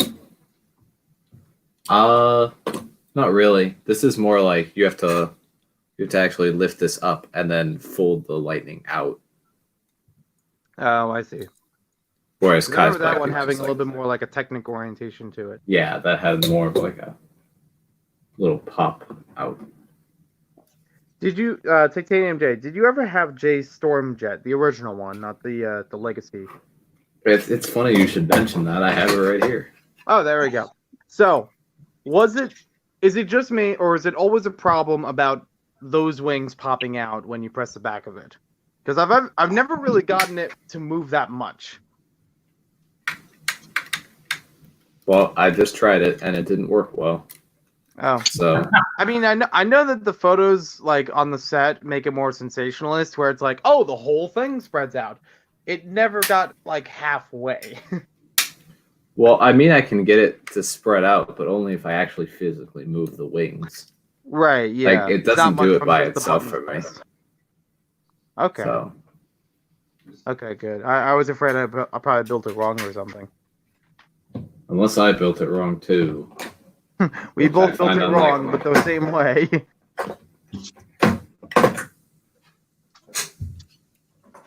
Well, you built it wrong because you followed the instructions. Instructions must be incorrect.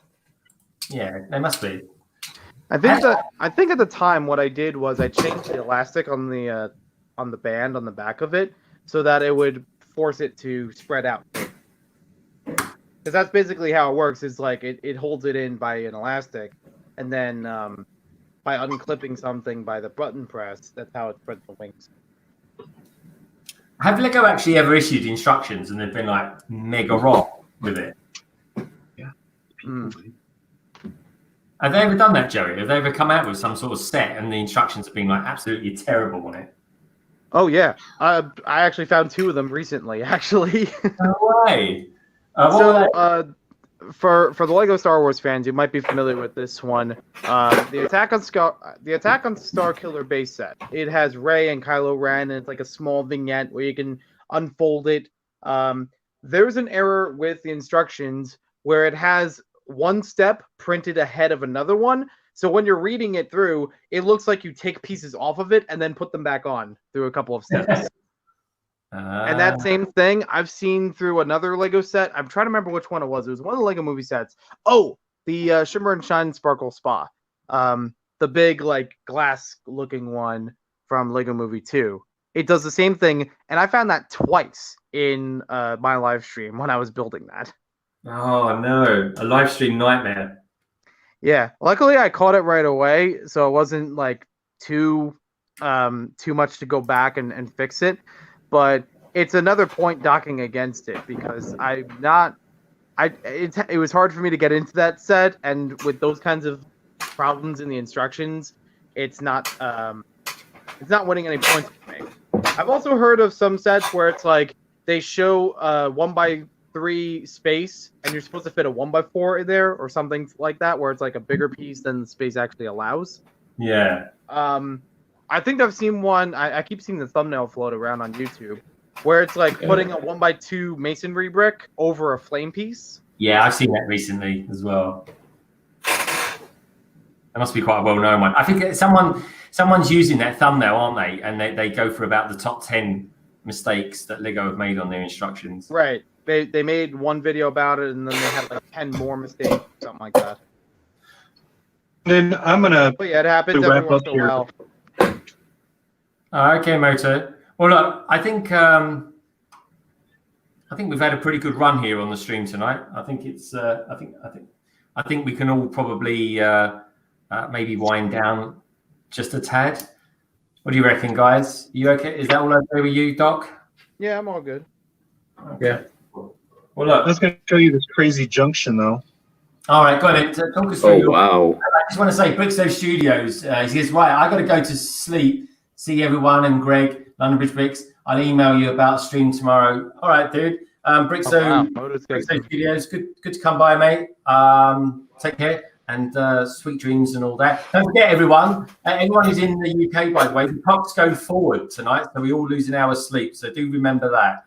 Okay, Moto, take us through this giant temple rocket ship thing you've got there. Well, this will be the underside. So what I'm trying to do now is build up a structure that will hold. It's still wobbly, by the way. I haven't fixed it. But I'll build a Technic structure triangulated up to another ring to support this whole thing. So a lot like a Buckminster Fuller sphere, it's going to be wobbly until I lock it finally in place. But one of the things I had to do is get really creative with the Technic half-width lift arms. And I'm trying to really make sure I sandwich every element. Instead of just clipping it at one end, I'm trying to sandwich them together to truly lock them in so they can carry 30 or 40 pounds of weight when this whole thing's done. Wow. But yeah, I'm just starting to, I started down here at the start of the stream with this knuckle joint. Benching off to the side. And then getting another transition into a knuckle 90-degree turn. And then coming in, and I just solved forcing the angle by putting a 2x2 in there. And this is a little trick. If there's if you have those half pins that have a stud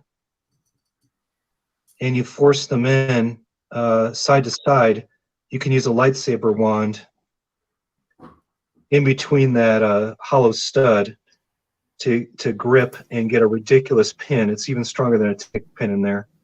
So is that hashtag illegal technique or This is no? ridiculously illegal. Yeah, this is. I don't even know. I think this would be ridiculously illegal. But yeah, I mean, this is what. if they clip it, if it clips, technically, that's legal. If it's stressing the part or if it's breaking it, then that's what makes it illegal. Oh, okay. But I okay. think This one's stressing the heck out of That's it. When I bar pushed it in, I element, was right? cool. What was that? that's a bar element going through the pins, right? Yeah, it's a bar element going through the half Technic pins that have a stud open hole. Oh yeah. No, So I that's put those legal. studs in there, and then I forced these on either end to clamp it completely shut. No, yeah, that's a legal technique. They actually have one right here with the exosuit, right on the back.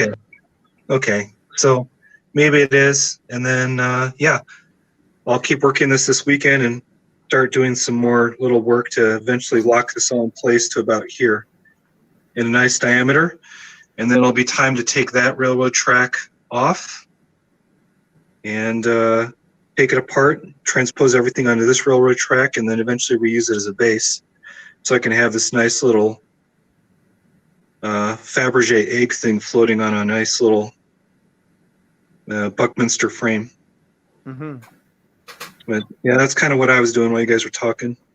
I all just the love how you use the railroad track, inside as part of the structure, and it provides more, more stability than anything else. I don't think I don't think Lego even thought that it would ever be used in such a way.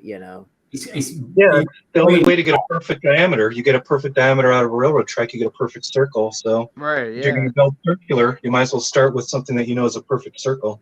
Yeah. But yeah, it's 2 railroad tracks put back to back and then sandwiched together with a couple of really intense, as you can see in there, some really intense connections. I made a separate video for all the stuff that's going into this.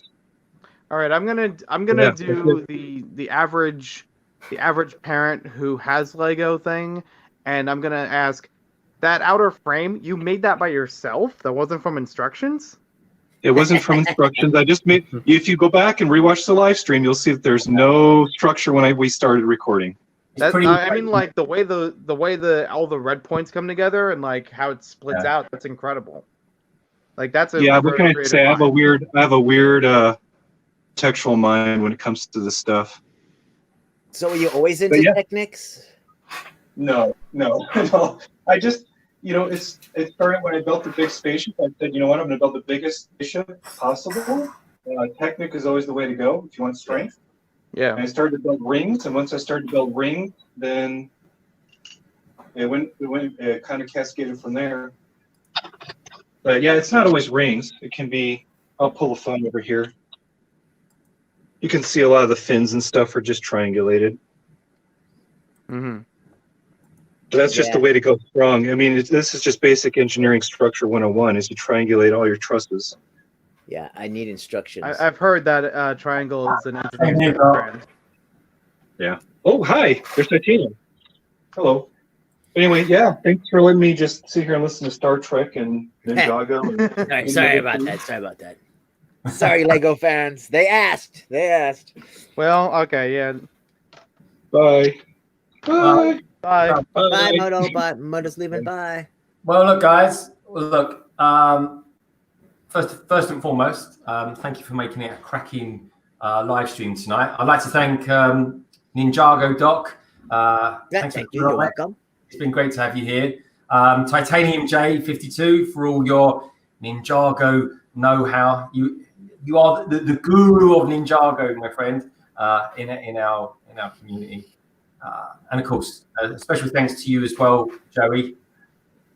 And I'm here.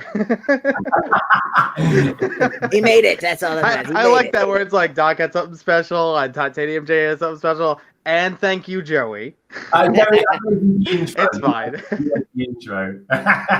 He's like, Joey was here. And I helped. And of course, and Brick High for coming in as well. That was good having him here. Moto for his engineering genius, and of course, Joey. Gets me every time. Yeah, there it is. Maniac. Everyone out there in the chat, please do check out Maniac for Bricks' YouTube channel, Doc's, Samson's YouTube channels, Brick Hive, Brandon from Brick Hive, check his out as well. Titanium J52. Titanium, how much content have you put up recently?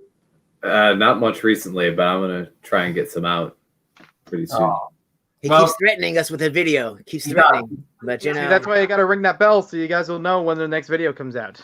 you absolutely knocked the nail on the head there, Joey. I'm pleased to say I've nearly finished. I've probably got about another 20 pieces to put in for this snake, but he's pretty cool. He's pretty cool. I'm liking his articulation. Oh, cool. But I'm not far from reading that. About another 20 minutes and I'll be done and dusted on that. But most of all, I'd like to thank everyone in the chat as well tonight. Do Jude and Brick Vibe, Mood UK. Hey, nice to see you, Mood UK, here. We're just about winding down, so sorry you didn't make it a little bit earlier. But everyone who made it in the chat tonight, thank you so much. Gala Gade, as always, of course. It's been brilliant having you here. We really appreciate it. Please do check out everyone's channels, like, subscribe, all that good stuff. We really appreciate it here. And if you're new to London Bridge Bricks, please do subscribe and be a part of the LBB family. But most importantly, especially at the moment in this day and age, don't forget to keep calm, keep safe, keep them hands clean, and above all, please do keep building. Take care, look after yourself. Have a good one, everyone. Bye, everybody. Bye for now. supposed to